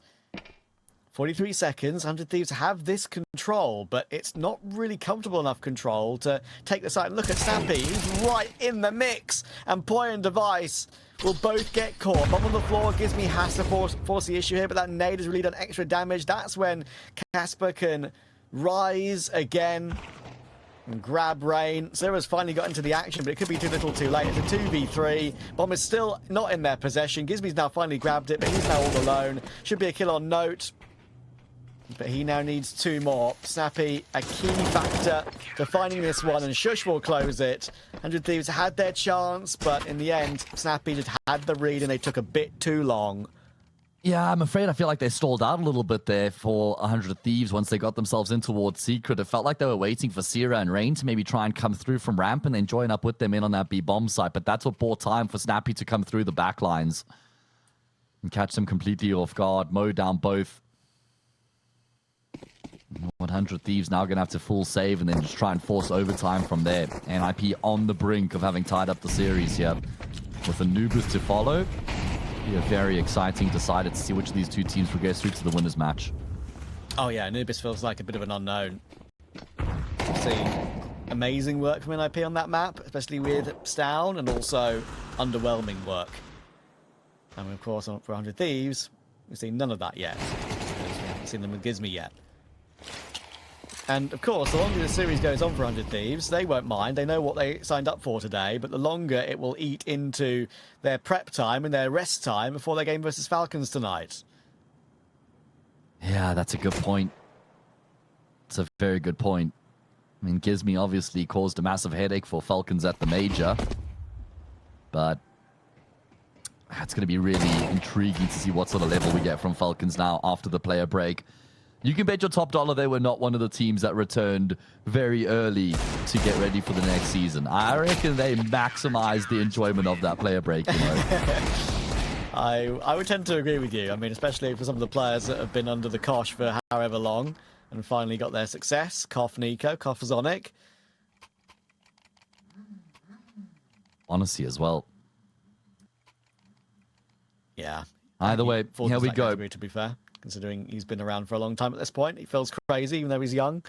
Anyway, yeah, that is another story and another conversation. The story we need to look at here is NiP taking this one to Anubis, and I think they're about to.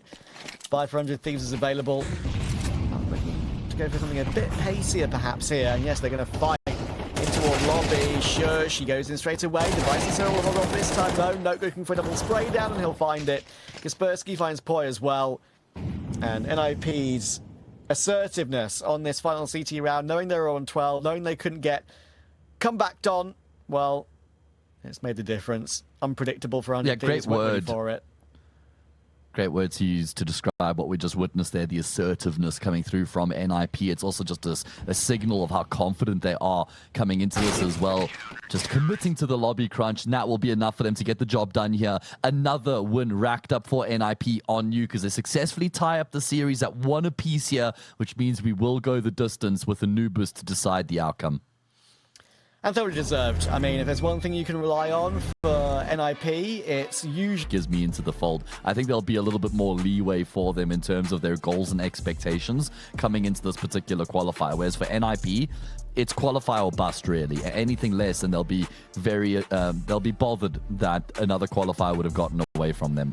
Exactly, and if you look at NiP's history as well, at least recently, they have tended to play and be competitive at previous events of this nature when it comes to the StarLadder circuit. So whether it's these stake ranked events or whether it's StarSeries, they played at them and they've fought their way pretty hard. Did they play the final against an RV last year? I can't remember. Either way, it is the start for Anubis. And this third map decider. 100 Thieves and NiP. One of the things that I do want to mention is keep an eye out for Poi on Anubis. He's been a master of this map ever since he played it for Alliance. Even back on Eyeballers, right? Yeah, true. Might have been Eyeballers, actually, not Alliance. Wrong name. Yeah, the game where he got that 42 kill map or something like that. Yeah. Yeah, that was a hell of a game. We were casting that one. Got my Swedish teams mixed up. It was definitely Eyeballers, you're right. I think he dropped a record number, like 38 or 39. Yeah. Something in that vicinity. Yeah, it was an absolute masterclass. You'd love to emulate that to even just some sort of a degree. NiP able to get themselves into what was a vacant B bomb site. 100 Thieves set themselves up for the retake instead. Range is charging forward with the Jubies. Has not stopped shooting after it started. Empties both magazines, but he gets 2 kills as a result. Gives me in on the act as well. NiP just getting completely demolished here by the retake. Clean kills coming through from 100 Thieves. Only Shush left remaining, and not for much longer. Well, that was quick.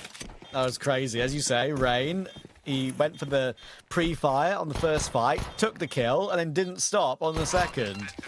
And Gizmy, with the way he drive-bys the plat position, it's dirty. Here it is from Rain's POV.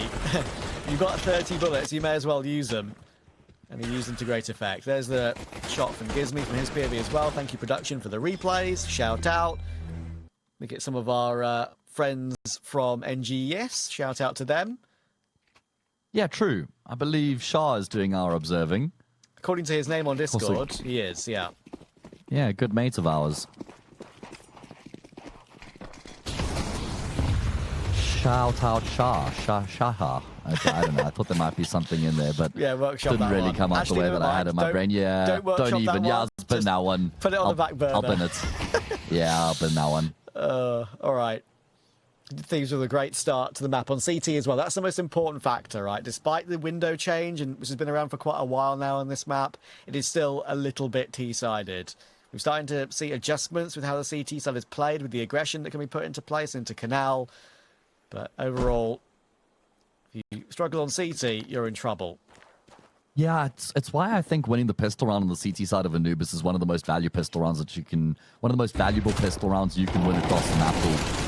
NiP now looking to try and force their way back in. We saw how dangerous they were with the sort of set of weaponry on Nuke. And they're immediately going to be able to find success. 100 Thieves had no idea what was coming their way, playing very passively and far back. They just get exec'd upon and completely steamrolled.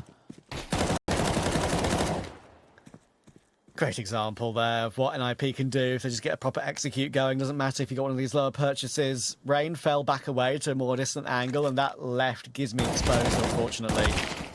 In that close angle, you get flashed so easily. Poi can't win the duel on Note. I'd love to see him maybe try and play a bit further back with Syrah. Can't keep the M4. This FAMAS might not be long for this world either. Oh, Syrah's a lucky boy. He should be okay.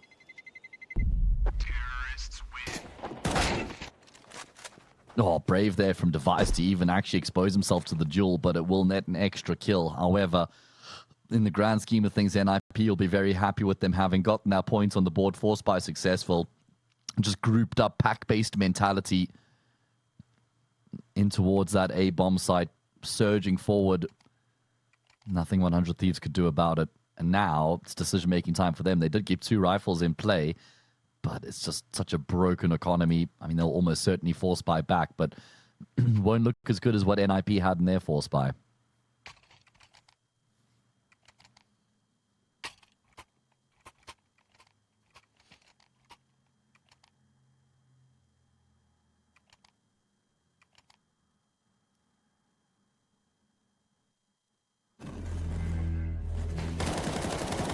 Funny enough, even though both Device and Snappy have both been around for eons in the Counter-Strike scene, I don't think that they've ever played on the same team together. Unless I'm forgetting something obvious, which is silly. I think you're right. Both Danes, both been around and competed against each other a hell of a lot over the years. But if I'm not mistaken, I don't think they've ever shared the same side of the server. I mean, Device never played for Heroic at the time Snappy was on it. Never played for Ents at the time Snappy was on it when he won his only trophy at IEM Dallas. They didn't cross paths on NiP, I don't think, right? Because he was never on the team. Device only played a couple of events, really, for NiP when he was on. I mean, they were years apart that as well, between that. So, yeah, I think you're right. I mean, maybe back in the day for like a stand-in for Copenhagen maybe like pre 2013 or something like that. Yeah. I mean, but I'm not even going to really count that with that being 13 plus years ago, right?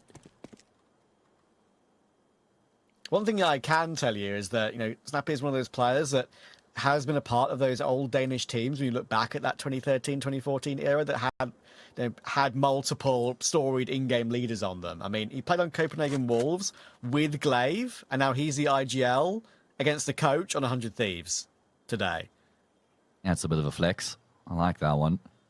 Still got it going. Still hanging in the kids with the hanging with the kids in the server. Yeah. We've seen quite a lot of impactful moments from him as well. I mean, especially kind of just like using himself as a multi-tool, as we just observe that round while we speak over it. NiP against the Force Spy, just charging in towards this A-bomb site. It's clearly a theme of their approach here where they're just playing numbers-based Counter-Strike. And the 100 Thieves are struggling to contain.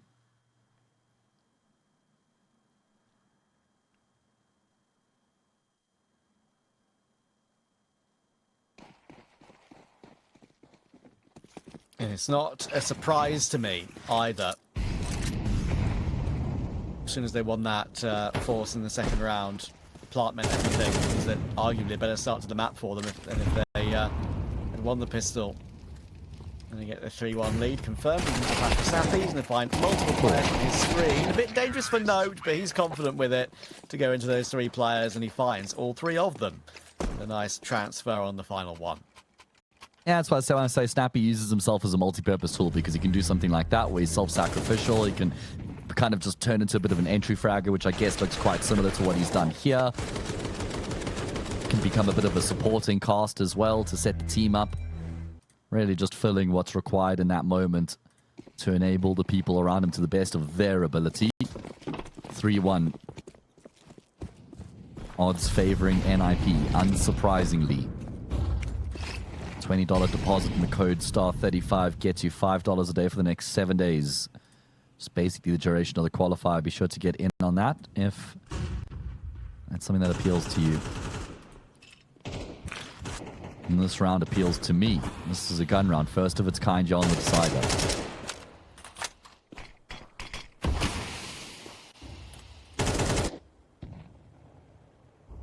So I've been digging after your statement earlier. I'll save the rest of this for an eco round, as it looks like we're going a bit toward B here. But I found many instances of Snappy playing against Device.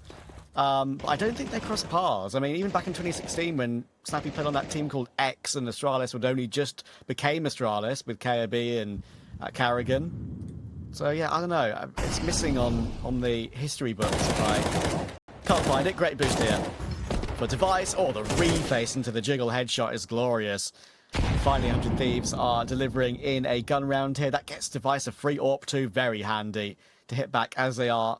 And if they survive with all 5 alive, which they will, that is the perfect hit back. Yeah, fantastic response coming through from 100 Thieves to get themselves back to winning ways. Just everything going according to plan, winning their respective duels. Never in any sort of trouble, never needed to really make any decisions in the round as to how they were going to respond to what was going on either. Setup's just working the trick. Talking about how Anubis is still obviously a T-sided map. I still look at it as, if you go 7-5 on the half as a CT side, I think you're happy with that. I think 8-4 is where that gets flipped in the opposite direction. Fine line between the two. At least that's what I think.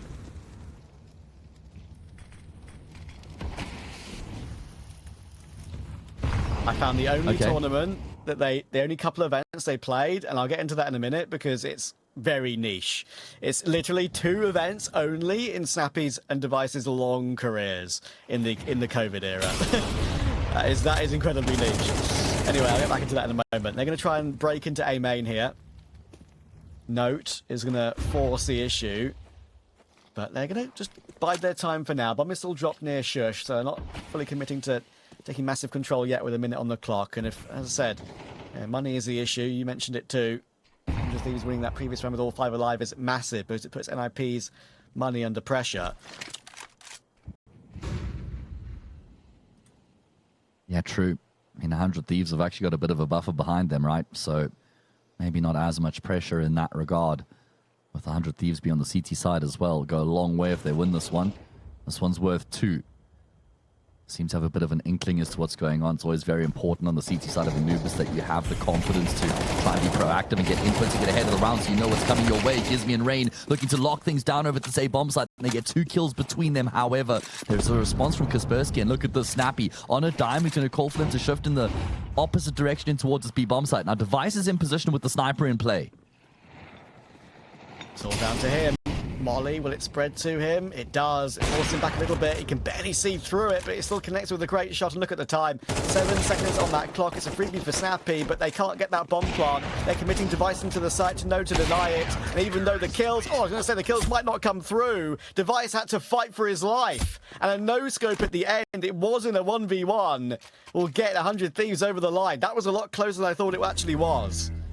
Yeah, it's because it felt like, oh, well, they can't get the bomb plant yet, so it's impossible for NiP to win the round. And then all of a sudden you realize, hang on, Device is committed. He can't just try and play for time. He's going to have to battle his way through here. That kill there on Snappy, and then it was over before Stowen gets a shot off. Yeah, that means Stowen dies after the timer as well, by the way. Yeah, just on the 1 second. That was incredibly tight. It is a round that's won via timeout, but Device staying alive with that AWP is massive. Standing with the shot on Poi was the one that surprised me. That gave them a chance at all. When you see 2 CTs alive with 4 seconds left on the clock and no bomb plant being attempted, invariably one CT is going to be hidden. So whatever happens to the other CT, you can guarantee the round is won. Didn't exactly work out that way on that occasion, but Device did well. Not quite.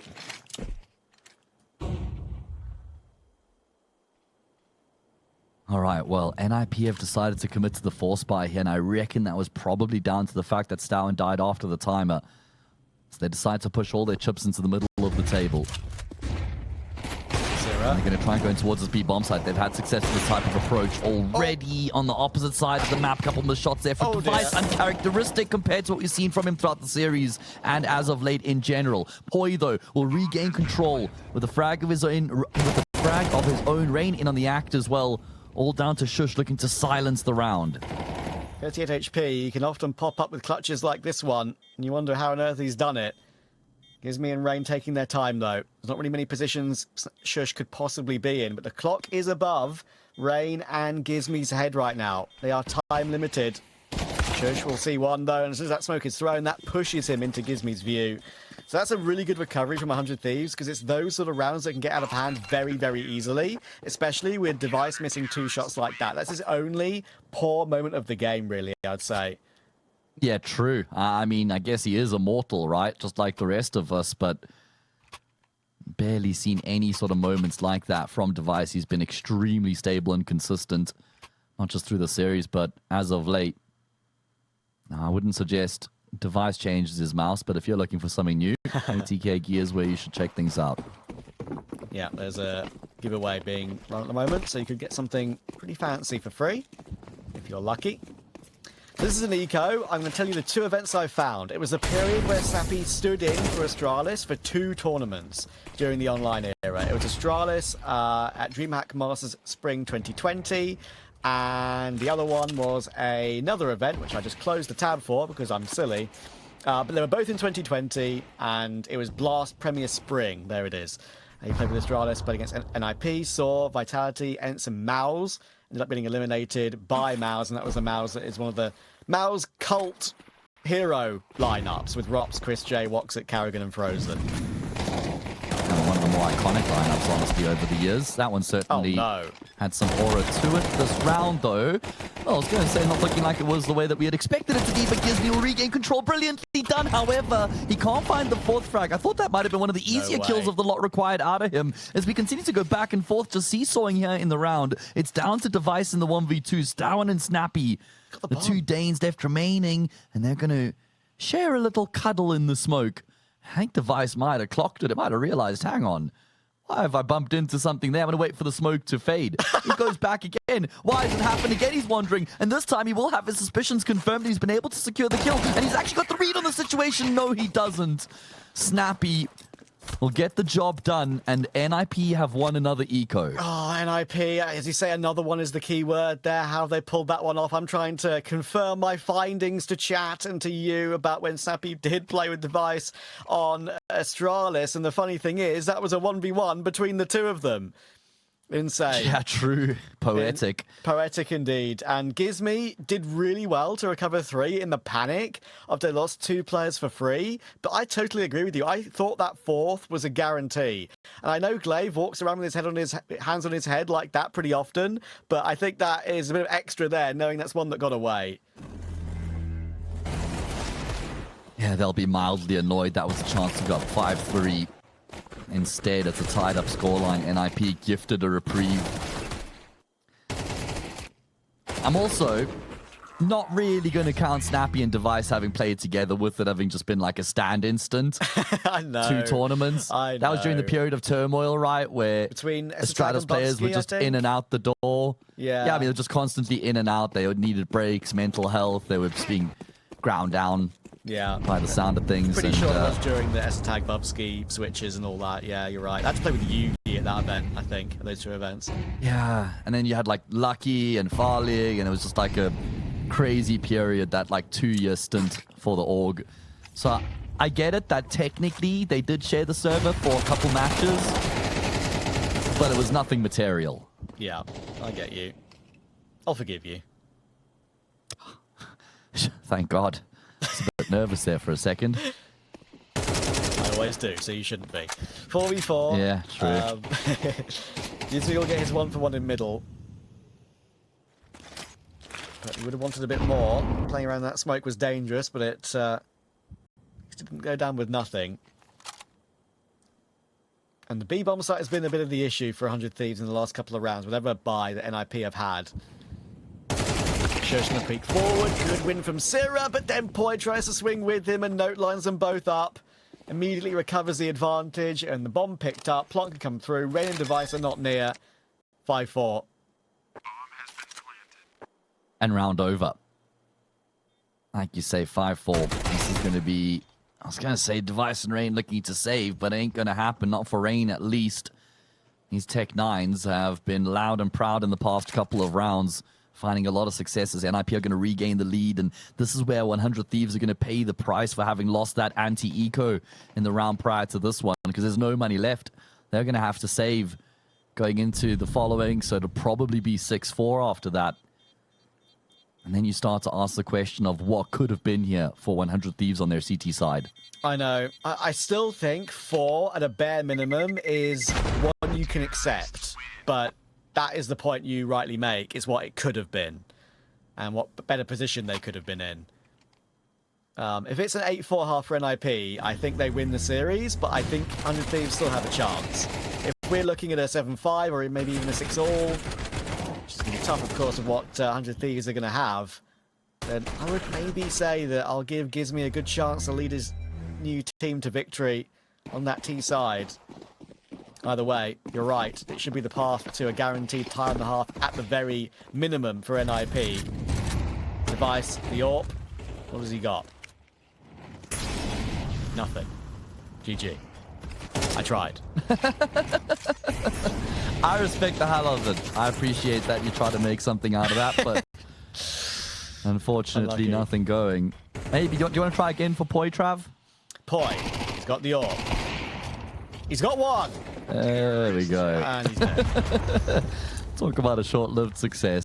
And it's gone. However, we'll have another gun round to come through. It will be without a sniper, though, for the CT side. Yeah, exactly. I feel like Device has had the AWP in like 70% of the rounds, not including pistol rounds in the series. Actually, very interesting to see his kill matrix here between rifles and AWPs throughout this match, because I reckon it's been AWP dominant. Yeah. I remember a few ones with the M4, but I think I agree with you. Oh, in comes Rain. Maybe they need a bit more of that from him. Poi will find Snappy, and a bit more aggression outside into B main, or to A main, sorry. Works out. Stan will grab Poi on the trade, but it's only a 2v4.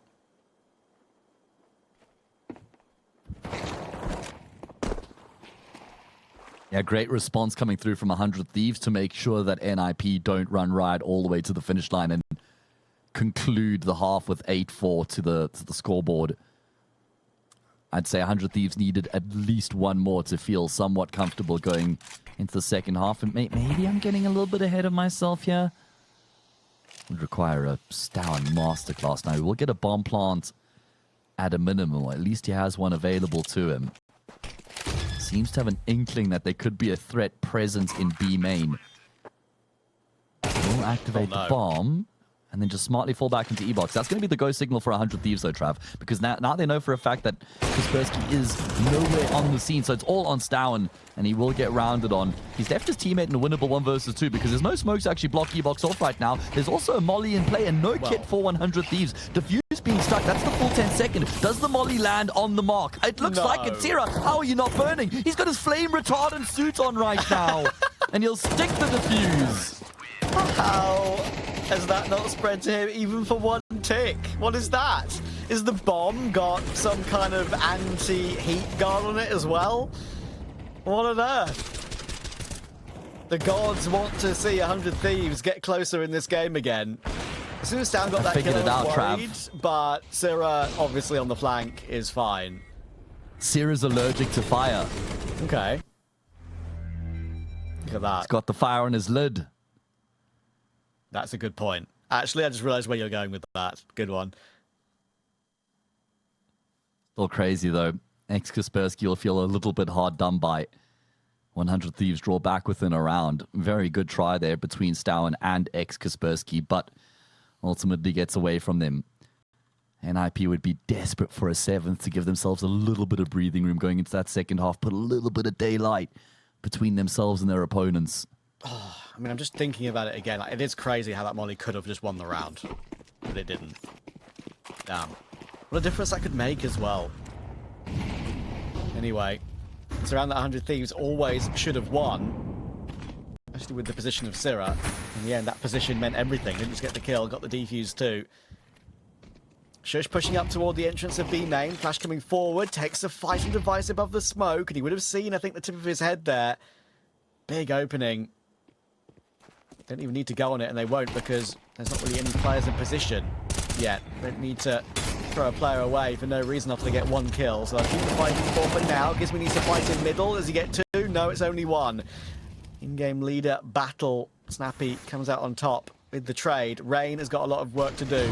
Holding camera, Snappy on the line. Shush. Oh, he's with him, but Snappy's now linked up. Rain will take 1 more fight. Does get 1, but Snappy refuses to overpeak. And that gets NiP an advantage in this after Flash is very far forward. Holds the line for another. And Poi is 12 HP. He might have utility and a kit, but it looks like NiP are going to grab 7 at the end of their T half. It is a bare minimum, I think, for NiP. 100 Thieves have held on pretty well here. We have 1 more half to go in this BO3. See you in a minute.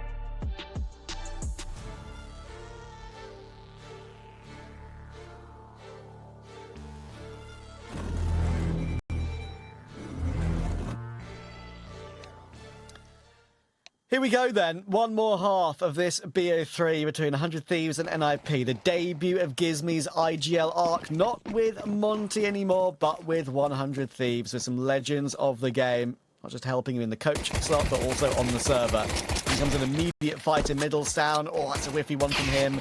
Kaspersky was with him, at least finds Poi, but it's a 1-for-1, and there's the Goosh on Snappy. And, of course, Casper, after his one, is low as well. Yeah, NiP just rolling up their sleeves, coming into the CT side pistol round, saying, all right, 100 Thieves, if you want to get dirty, we'll meet you there. Just straight up. It's almost like pointing down to the ground in a UFC fight and saying, let's just brawl in middle. Not worry about the bomb sites. This is clash head-to-head. Man advantage now gained for NiP. Node continues to go searching, maybe unnecessarily so. They had so much control in the round already. Snappy will find a parting frag. Great kill from him. Regains that man advantage.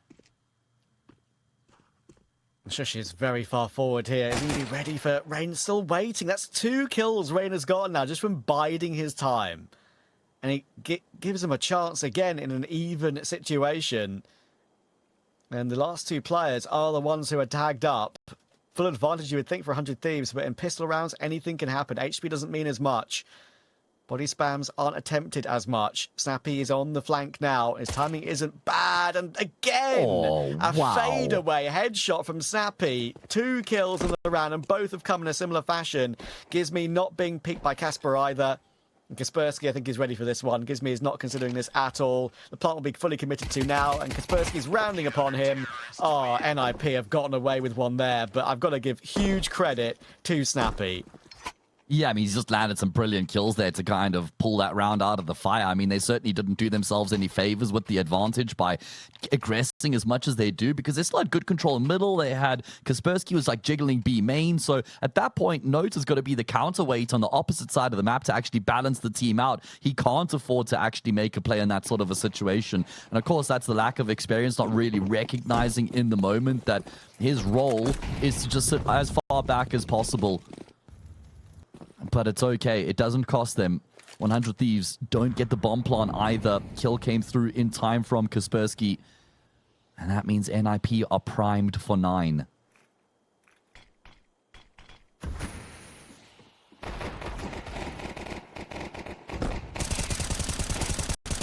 Nice line up for Stown. Stown couldn't help himself, man. Yeah, I don't blame him.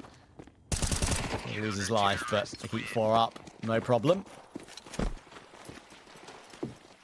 And they got the M4 back as well. NiP 4 rounds away from beating 100 Thieves here and spoiling their debut. Of course, this is the first game of the day for 100 Thieves. We'll be playing later on against the major winners. Ole, ole, ole, ole. Wow. For those of you who aren't Nico. Yeah, for those of you who aren't knowers in chat, Matt has been a Nico fan since day 1, so... Yeah, longest time in it. Very happy lad I am. No more Norbert 1 major simple 0. Get out of here. I mean, Nico 0. Get out of here with that one. Kaspersky going to drop both Poi and Gizmy to 0 health. Wonderful double kill. Primed by the flash. 100 Thieves immediately on the back foot. And this is more the Kaspersky we want to see, man. Stan's even going to find devices as well on that angle. This is the main thing. It's been, I think, the talking point for NiP in their recent games they've played, whether it's at XSE or at Stake Ranked. During those player break tournaments they have played, rather than taking the full break, that's not like some teams did and didn't. Kaspersky, with Note on the team, hasn't been playing as well. His numbers have dropped pretty considerably. Map 2 and 3 here, more like it. He's so back, baby. My bald king. Sarah now in a 1 versus 5, and he'll get demolished by the Polish train as well. 10-5. That was the gun round. That was the round 100 Thieves would have been relying upon on the favored side of the map, and they did not even inflict a dent upon the defense. NiP now just 3 round wins away from securing themselves a spot in the winners match of Group D.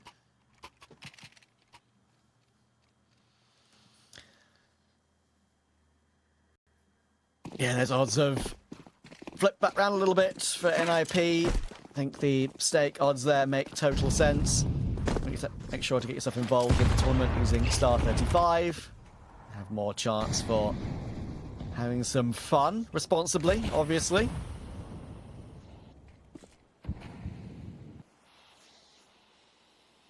Can the deco do anything? What? Device P250. Yeah, okay. I'd love to have some fun here. What can they do with these pistols is the question. Can they find some damage? Because that economy is starting to snowball here for the CT side. Stowen hasn't even had to buy up his AWP yet.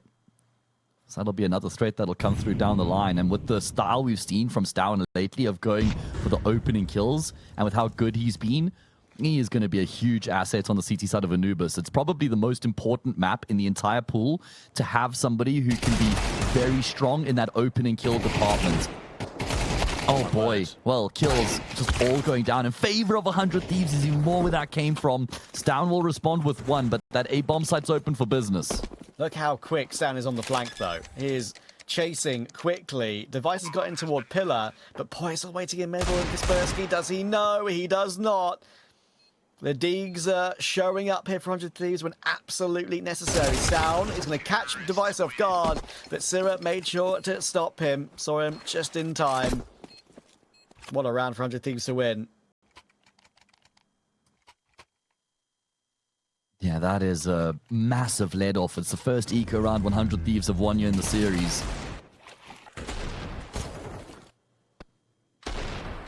Finally getting one back on NiP. It just seemed like they were a little bit complacent, maybe took their foot off the gas and thought that they'd be able to coast to an 11th. So get slapped back into reality.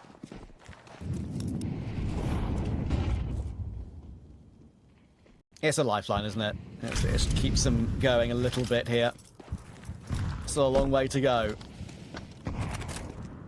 What has Gizmy got in his locker to try and drag 100 Thieves back into this one? He had a Deeg in the previous round in his locker, but now he needs some in-game leading in his locker as well.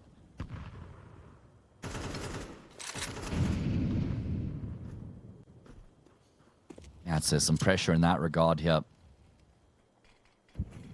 Try and call the team across the line. Big moment here in the second half. If 100 Thieves win this, they're straight back in the game. Failing this, though, straight back to square one.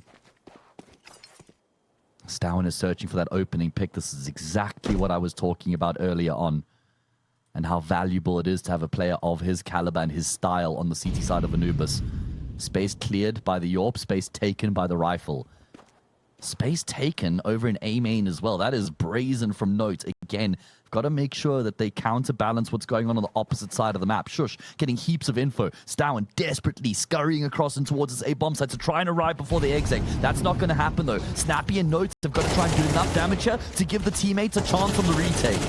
Oh, and Snappy's been killed through the smoke by Poi. And that's pretty much round done. NiP can't give this one a go. Look at the money. Well, how about that? Simple A take works out, and suddenly game on all over again. And look, NiP have gone over that a little bit more in recent times. There's a couple of close games that have gone their way, but invariably it's been the same story the entire season. I don't want to sound like a broken record. I've mentioned it, I think, twice already in map 1, maybe once in map 2. But close games have been going awry for them the entire calendar year. And when they're, especially in situations exactly like this, when they've been in full control.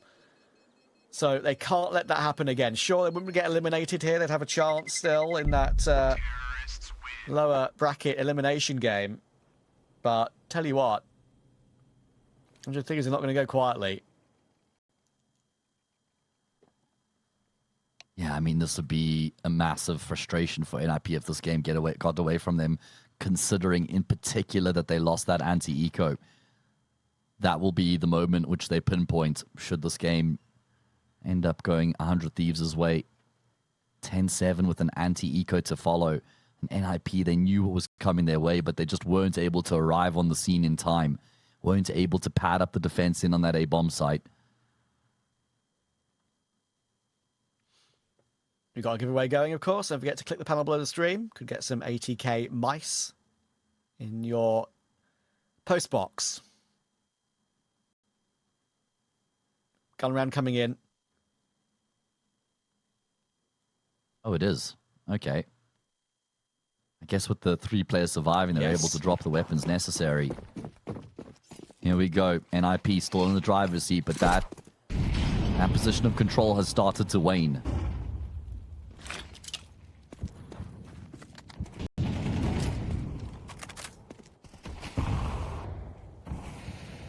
Yeah, a little bit more than we thought maybe NiP would have with the save. Device only going 8 and 10 in this game, one of his slower maps in the series.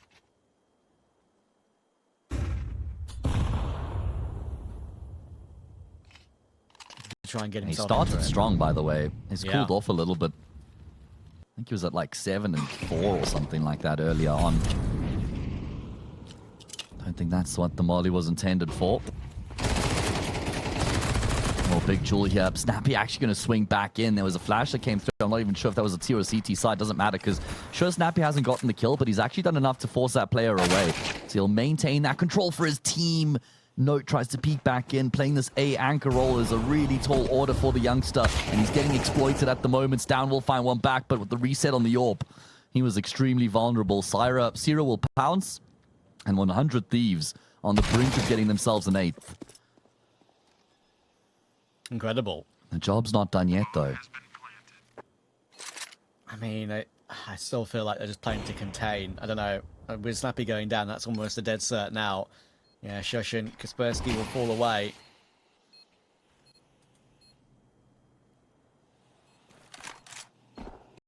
AWP recovered for Kaspersky.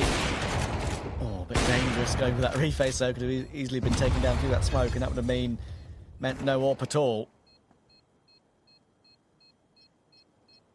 The thing is, for 100 Thieves, this is not going to be an easy path to recovery, whichever way you think about it, because with the saves NiP are putting in, it's always going to be a threat in the following round. We know that 100 Thieves during this series, especially on map 2 of Nuke, have struggled against the 5-7s, and in general, they'll look back at those rounds, I think, and think to themselves, we could have won already if we hadn't lost to those.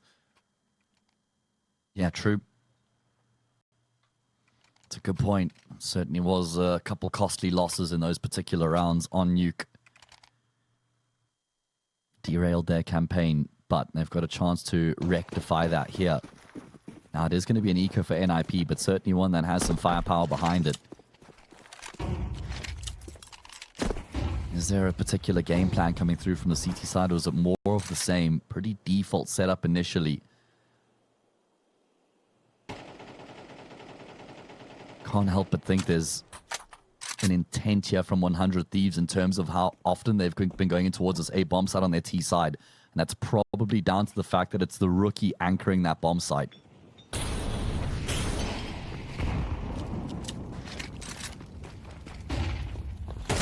Gives me will take the duel in middle, and Sound goes for the peak. Deleted. In comes the MP9, and oh, Snappy.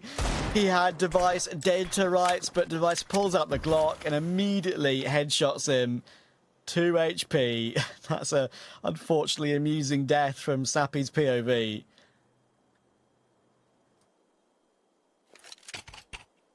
It's going to be a confidence builder for 100 Thieves as well with the momentum that they have behind them. What was this, 10-4? At the most one-sided? I think so. 10-5 rather, excuse me, but still. About to be a 4-round streak here, assuming they can get the job done. Now, I do like the fact that NiP have decided to stack up over on the B bomb side, but Gizmi has used himself as a bit of a scout over on A, and he's going to realize that there ain't anybody home. So with that, he'll call for his team to gravitate back in that direction. Quite brazen for Sira to path his way through middle, but I think they've realized just to stack on B. Good util usage as well. Oh. You know how clean Note is with his pistols. Great shot, but he's so close. Oh, wait, that's been the bomb. It's been dropped, but Gizmi's been able to scoop it up as it was dropped by Device dying. Gizmi was in position to pick it up immediately. That really could have gone alright. In a different universe, and an alternate one, that could be an NiP round purely because of the different position where the bomb was dropped. The fact it was also originally lost on the furthest left portion of middle meant that was doubly awkward for 100 Thieves. But they got away with it.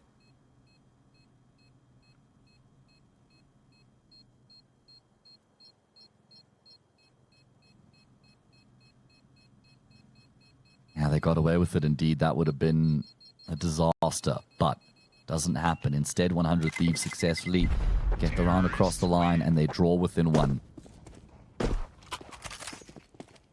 NiP have had a lot of breathing room. They've been sitting pretty, coasting up until this point. Now, 100 Thieves breathe down their neck.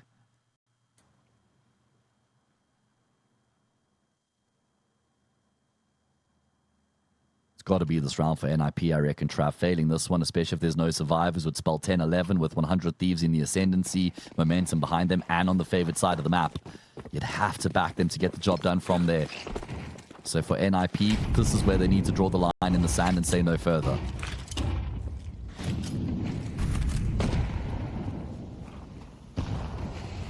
Kaspersky charging in Canal, and he's so deep that he maybe thought for a second Snappy could be dropping in with him, but no.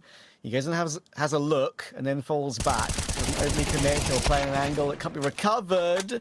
Snappy is thinking that he's protected by the lack of tracers with the A1S. He is not. Gizmy hears it.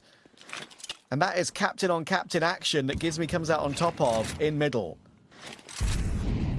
Great work there to find the opening kill. Going to create a lot of space as a result. I mean, Node still hangs around, but that's then at the expense of nobody being home on A. And oh, Node is going to be kicking himself. That kill should have been a dead cert, but instead it gets away from him. 5v3, Gizmy just bossing middle.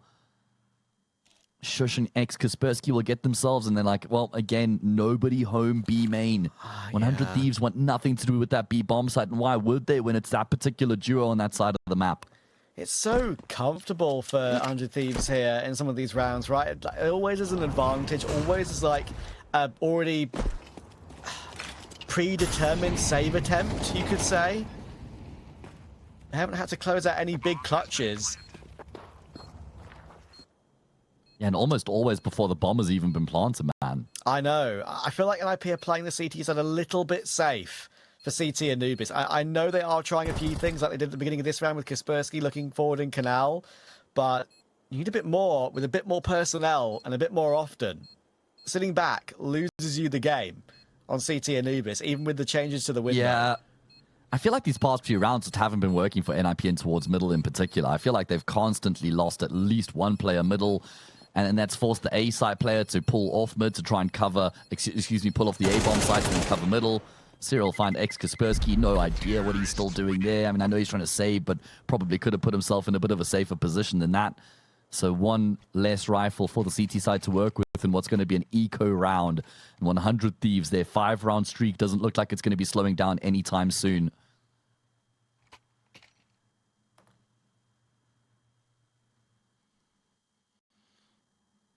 Oh boy.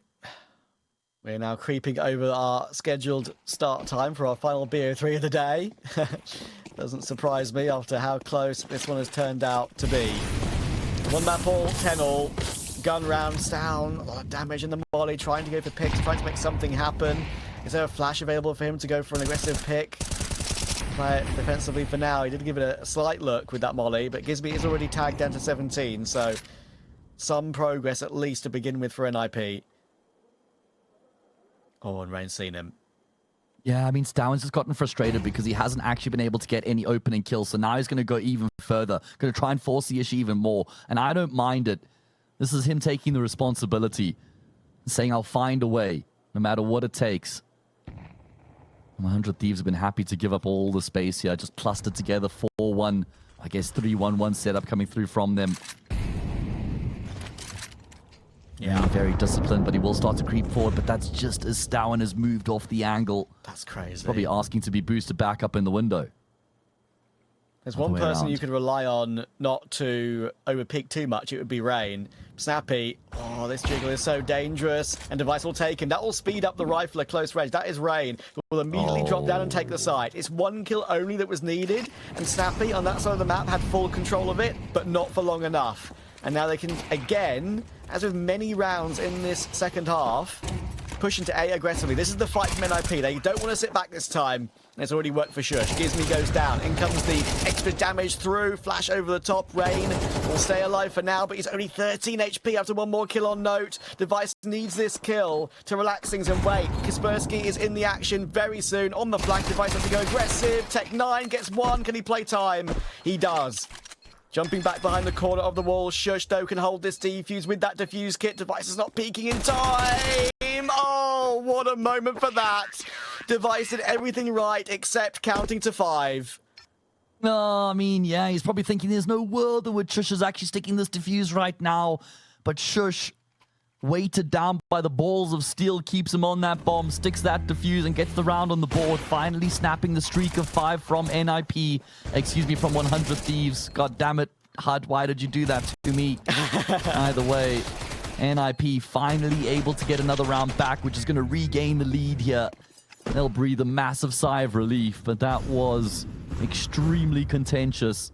It doesn't look like we're going to be slowing down at all coming into the next. And here's the change-up. Here's the pivot from Gizmy. Here's the call for them to venture into the opposite side of the map. It's down. Stown's been desperately waiting for kills and opportunities like this, and he's got the opening, but playtime with the smoke as well, able to hop away. Doesn't want to overcommit. I think that's the right decision. He sees one player cross to his left on toward default, but Kaspersky's playing around this smoke. He's being cheeky again. Could it be another Kaspersky flank that makes a big difference? Rain's tapped out Snappy. That's a big deal. Gets him back into an even situation. Now Kaspersky has shown his position too, but he eventually does find Gizmy. Oh, it's so on a knife edge here between these two. Poi needs his kill desperately, and he's going to get it. A crazy kill onto Shush, but Stan will hit the flick. There's not many bullets left for Poi either, I don't think, on that AK, which is always going to make it difficult for him. And NiP have ground their way to 12, and look what it means to Stan. Yeah, exactly. Look at how pumped he is right now, man. And it's great to see that some brilliant decision-making coming through from Stown. In terms of how he's actually able to hold the angle, present-minded, because that hasn't been a threat throughout this entire half so far. But he doesn't get caught off guard. Gets that kill, immediately drops the smoke on his right-hand side. That gives him the room to fall back in towards CT by the time for the rotations to come through, and then find further impact later in on the round. Brilliantly done there from Stown. And that gives NiP 2 map and series points. 100 Thieves have been stopped cold in their tracks.